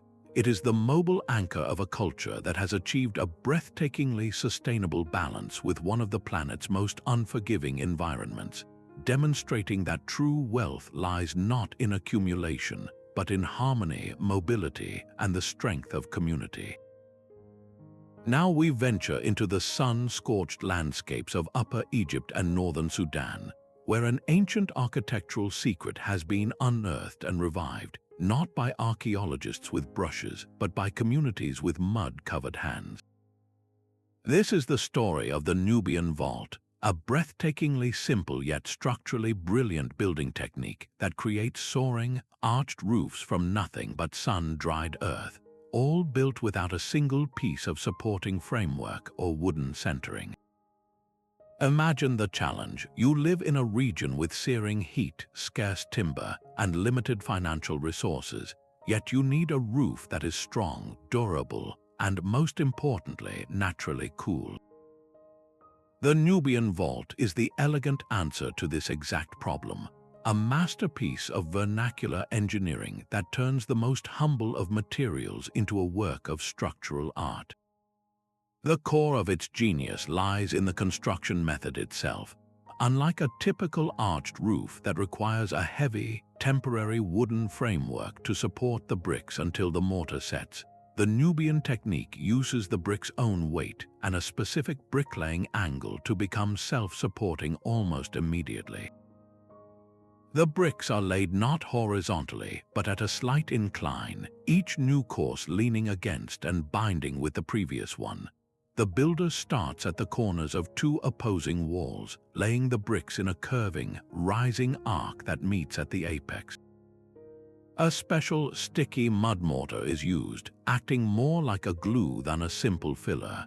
As each new brick is set in place, it is held there by the friction and adhesion of the mortar and the compressive force of the bricks beside it. It's a high-skill process that requires a confident, experienced hand, but when done correctly, it results in a remarkably strong, monolithic vault that is entirely freestanding. This method completely eliminates the need for expensive, often unavailable timber for forms, making it incredibly affordable and accessible. The environmental performance of these earthen vaults is nothing short of extraordinary. The form itself is perfectly suited to the desert climate. The curved, arched shape is inherently strong, efficiently distributing the structural loads evenly down into the thick, supporting walls, which are themselves made from the same mud bricks. This allows for large, open interior spaces without the need for supporting columns. But the real magic is in the climate control. That massive thermal mass we've seen in other Earth buildings is at work here too. The thick mud bricks absorb the intense heat of the day, preventing it from radiating into the living space until long after the sun has set. Furthermore, the vaulted ceiling creates a void where the hottest air in the room can naturally accumulate and pool, rising away from the occupants living and sleeping below. This stratification of air temperature creates a noticeably cooler zone at floor level, a natural form of air conditioning that requires zero energy to operate. Culturally, this is a technique with a lineage stretching back millennia, with depictions found in the tombs of ancient Egyptian pharaohs. It's a building style deeply rooted in Nubian tradition, a testament to the enduring architectural wisdom of this region. However, for a time, this knowledge was at risk of being lost, overshadowed by the spread of modern concrete construction. The most inspiring part of this story is its vibrant revival. Over the past few decades, organizations have worked to systematically reclaim and disseminate this ancient knowledge, training a new generation of local builders in the technique. This isn't about outsiders teaching locals, it's about re-empowering communities with their own forgotten heritage, transforming a historical curiosity into a powerful tool for modern sustainable development. This revival has sparked a grassroots movement centered around community-built projects. The construction of a Nubian vault home often becomes a collective endeavor, a modern-day version of the traditional barn raising. Neighbors come together, learning the skills side by side, mixing the mud, forming the bricks, and working under the guidance of a master mason to carefully lay each course of the rising vault. This process does far more than just erect a building. It strengthens social bonds, fosters a powerful sense of shared accomplishment, and builds invaluable local capacity. The skills learned are not just for one house, they are assets that individuals can use to earn a living, creating a virtuous cycle of economic opportunity and sustainable construction. This model demonstrates that the most effective solutions are often those that are not just affordable and ecological, but also socially empowering, building up people as they build up walls. The Nubian vault stands as a brilliant example of appropriate technology, showing us that sometimes the most advanced solution for the future has been waiting for us in the past, ready to be dusted off and put to work building a cooler, more sustainable, and more community-centered world. Imagine a landscape of deep, silent forests and long, dark winters, where the cold is not just a season but a persistent presence. In this world, the Scandinavian log cabin emerged not as a rustic retreat, but as a vital, life-sustaining fortress of warmth, a direct and brilliant response to the Nordic climate. The core of its genius lies in the construction method itself. The walls are built using a technique called corner notching, where each log is carefully felled, debarked, and then hand-cut with precise grooves at its ends. These logs are then stacked horizontally, one upon the other, with each notch interlocking perfectly with the log below and above it. This creates an incredibly tight, interlocking seal that leaves almost no gaps for the frigid wind to penetrate. The weight of the logs themselves, often massive trunks of native pine or spruce, presses down on these joints, making the entire structure settle into an almost airtight envelope. This wasn't just about keeping out the cold, it was about meticulously trapping every single bit of precious heat generated by the central hearth or stove inside the cabin. The wood itself is a natural insulator, its cellular structure filled with air pockets that resist the transfer of temperature, creating a cozy buffer against the freezing world outside. This intimate relationship with the forest is the very foundation of the cabin's existence. The builder would typically use timber harvested from the very land the cabin stood on, creating a closed-loop system of breathtaking sustainability. There was no need to transport heavy materials over vast distances. The primary resource stood tall and abundant in every direction. Using an axe and later a saw, the builder would select straight, strong trees, understanding that the resinous qualities of pine and spruce offered natural resistance to moisture and decay. The steeply pitched roof, another non-negotiable feature, was a direct answer to the heavy snowfall. A shallow roof would act as a platform, allowing snow to accumulate to a point where its immense weight could cause a catastrophic collapse. The steep angle, however, encourages the snow to slide off in sheets before it can build to dangerous levels. A simple yet critical design principle born from generations of observation. Often, these roofs were originally covered with sod or birch bark waterproofing before wooden shingles became common, adding another layer of insulation and further blending the structure into the natural world from which it came. Yet, to see the Scandinavian log cabin only as a feat of pragmatic engineering is to miss its deeper cultural soul. This is the ancestral home of the concept of Hugg, a Danish and Norwegian word that conveys a deep sense of coziness, comfortable conviviality, and contentment. The interior of a traditional cabin is the physical manifestation of this feeling. The space is often centered around a large stone fireplace or a cast iron wood-burning stove, the undeniable heart of the home. This is where families would gather to cook, to share stories during the long winter nights, and to simply be together. The warm, golden glow of firelight would reflect off the honey-colored tones of the unfinished pine logs, creating a soft, radiant light that no modern bulb can truly replicate. The ambience is one of profound warmth and intimacy, a deliberate creation of a sanctuary that nurtures well-being and social connection in the face of a harsh and isolating external environment. The furnishings are simple, sturdy, and functional handcrafted wooden tables, built-in benches hewn from logs, and textiles like wool blankets and sheepskins that provide literal and metaphorical warmth. This architectural philosophy, born from necessity in the Nordic forests, has traveled across the globe, deeply influencing what we now think of as rustic architecture.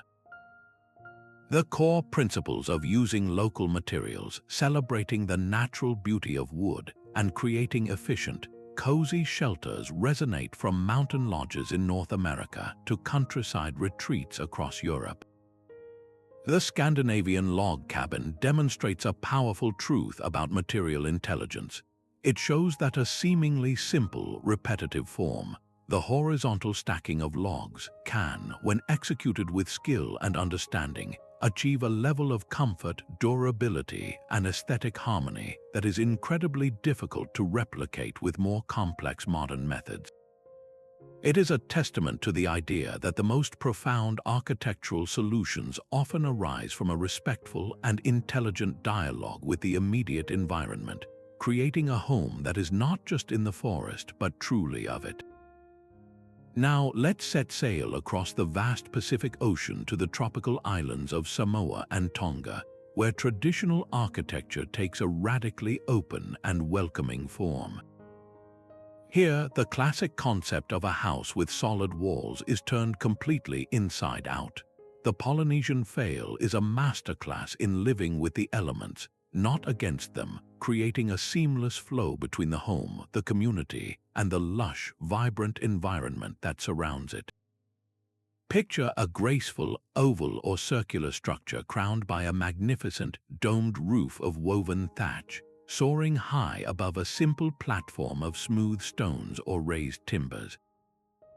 Most strikingly, there are no walls. The sides are entirely open to the world, supported only by a ring of sturdy wooden posts that hold the great roof aloft like a protective umbrella. This is a design born from an intimate understanding of the tropical climate, where the greatest comforts are shade and the constant, cooling movement of air. In the relentless humidity and heat of the South Pacific, stagnant air is the true enemy.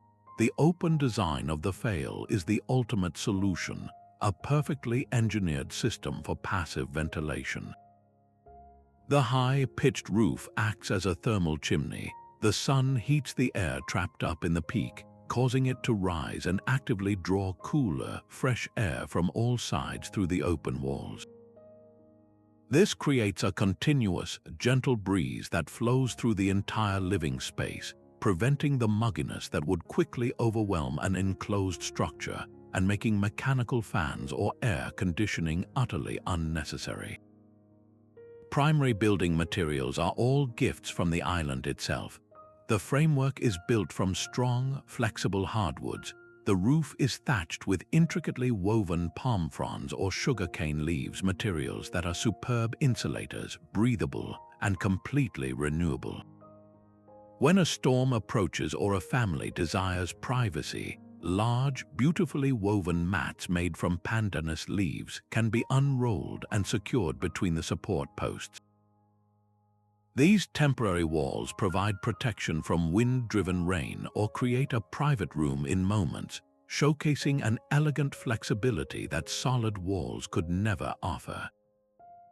This architectural openness is a direct reflection of the profound social values at the heart of Polynesian culture. The Fail is far more than a private dwelling. It is the beating heart of the village, the central stage for community life. It is in the large, open Fail that the entire community gathers for weighty meetings led by chiefs and elders, for joyous celebrations with traditional dance and song, and for elaborate ceremonies that mark the important milestones of life. The lack of walls is a powerful physical metaphor for a culture that prioritizes transparency, inclusivity, and collective well-being over individualism and privacy. It signifies that everyone is welcome, that the family's life is integrated with the life of the village, and that important happenings are meant to be seen and shared by all. This design actively discourages isolation and fosters a powerful sense of belonging and mutual responsibility, as the sounds, sights, and conversations of daily life are openly exchanged. Furthermore, this seemingly delicate structure is ingeniously designed for resilience in a region prone to powerful tropical cyclones. Its low, rounded profile presents a minimal target to the ferocious winds, allowing the storm to flow over and around it with far less resistance than a tall, boxy building with a gabled roof. The use of flexible materials is key. The wooden frame can sway and give slightly with the wind's force, absorbing the energy rather than resisting it rigidly, which would likely lead to a catastrophic collapse. The thatched roof, if damaged, can be easily and quickly repaired with locally available materials, unlike a heavy, solid roof that could cause immense damage if it were torn off. This inherent flexibility is a brilliant adaptation, demonstrating a philosophy of resilience through yielding, of bending so as not to break. The Polynesian Fail, therefore, offers a breathtakingly elegant lesson in sustainable and social design. It proves that creating a supremely comfortable and functional living space doesn't require complex technology or energy-intensive systems, but can be achieved through intelligent, minimal intervention that works in perfect harmony with the climate and fosters a deep, enduring sense of human connection. From the insulating igloos of the Arctic to the ventilated Fail of the Pacific, our journey reveals a profound and universal truth. The most enduring and intelligent architecture does not conquer its environment. It engages in a deep, respectful dialogue with it. These structures are far more than historical relics or charming artifacts from a bygone era. They are living, breathing textbooks of sustainability, written in the language of earth, timber, and stone. Each one represents centuries of accumulated wisdom, a slow and careful refinement of how to achieve perfect comfort, profound resilience, and deep cultural meaning using only the gifts of the immediate local environment and the ingenuity of the human spirit. What these dwellings teach us is a philosophy of harmony. The Inuit builder carving snow blocks understands that the very element that brings the cold can also provide the best insulation. The Balinese family orienting their compound toward the sacred mountain understands that spiritual alignment fosters environmental balance. The Nenets herder packing their chum onto a sled understands that true sustainability means leaving no trace. This is not a primitive way of thinking, it is an advanced and holistic one. It is a recognition that we are not separate from nature, but an integral part of it, and that our survival and well-being are inextricably linked to the health of the world around us.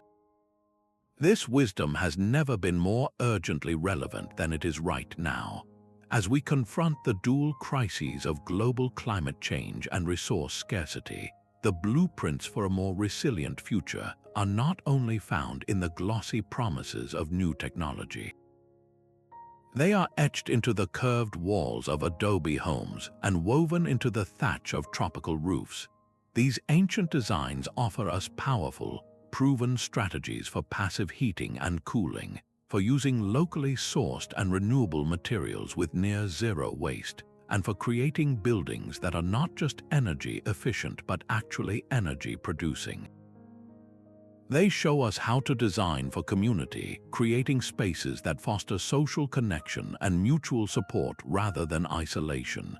In an era of cookie-cutter suburbs and energy-guzzling glass towers, these vernacular traditions offer a path back to building with identity, with purpose, and with place. So the next time you walk through your own neighborhood or city, I encourage you to look at the buildings around you with a new curiosity. Look past the facade and ask the questions these traditional builders asked. How does this structure respond to the sun and the wind? Where did its materials come from, and where will they go when it is gone? Does it foster a sense of community, or does it isolate? You might start to see the ghost of a traditional adaptation waiting to be rediscovered, perhaps in the wide eaves that provide shade, the thick walls that hold steady temperatures, or the central courtyard that draws people together. The conversation between culture and climate is all around us, waiting for us to listen and learn. I would love to hear which of these incredible dwellings resonated most deeply with you. Was it the communal spirit of the Amazonian Maloca, the ingenious physics of the Persian Windcatcher, or the serene harmony of the Korean Hanok? Share your thoughts in the comments below. Let's continue this fascinating discussion together. If you enjoyed this journey into the heart of historical mysteries and the secrets of sustainable design, please subscribe to the channel and hit the notification bell so you don't miss our next exploration. We have so many more stories to uncover, from forgotten technologies to the hidden histories of everyday objects.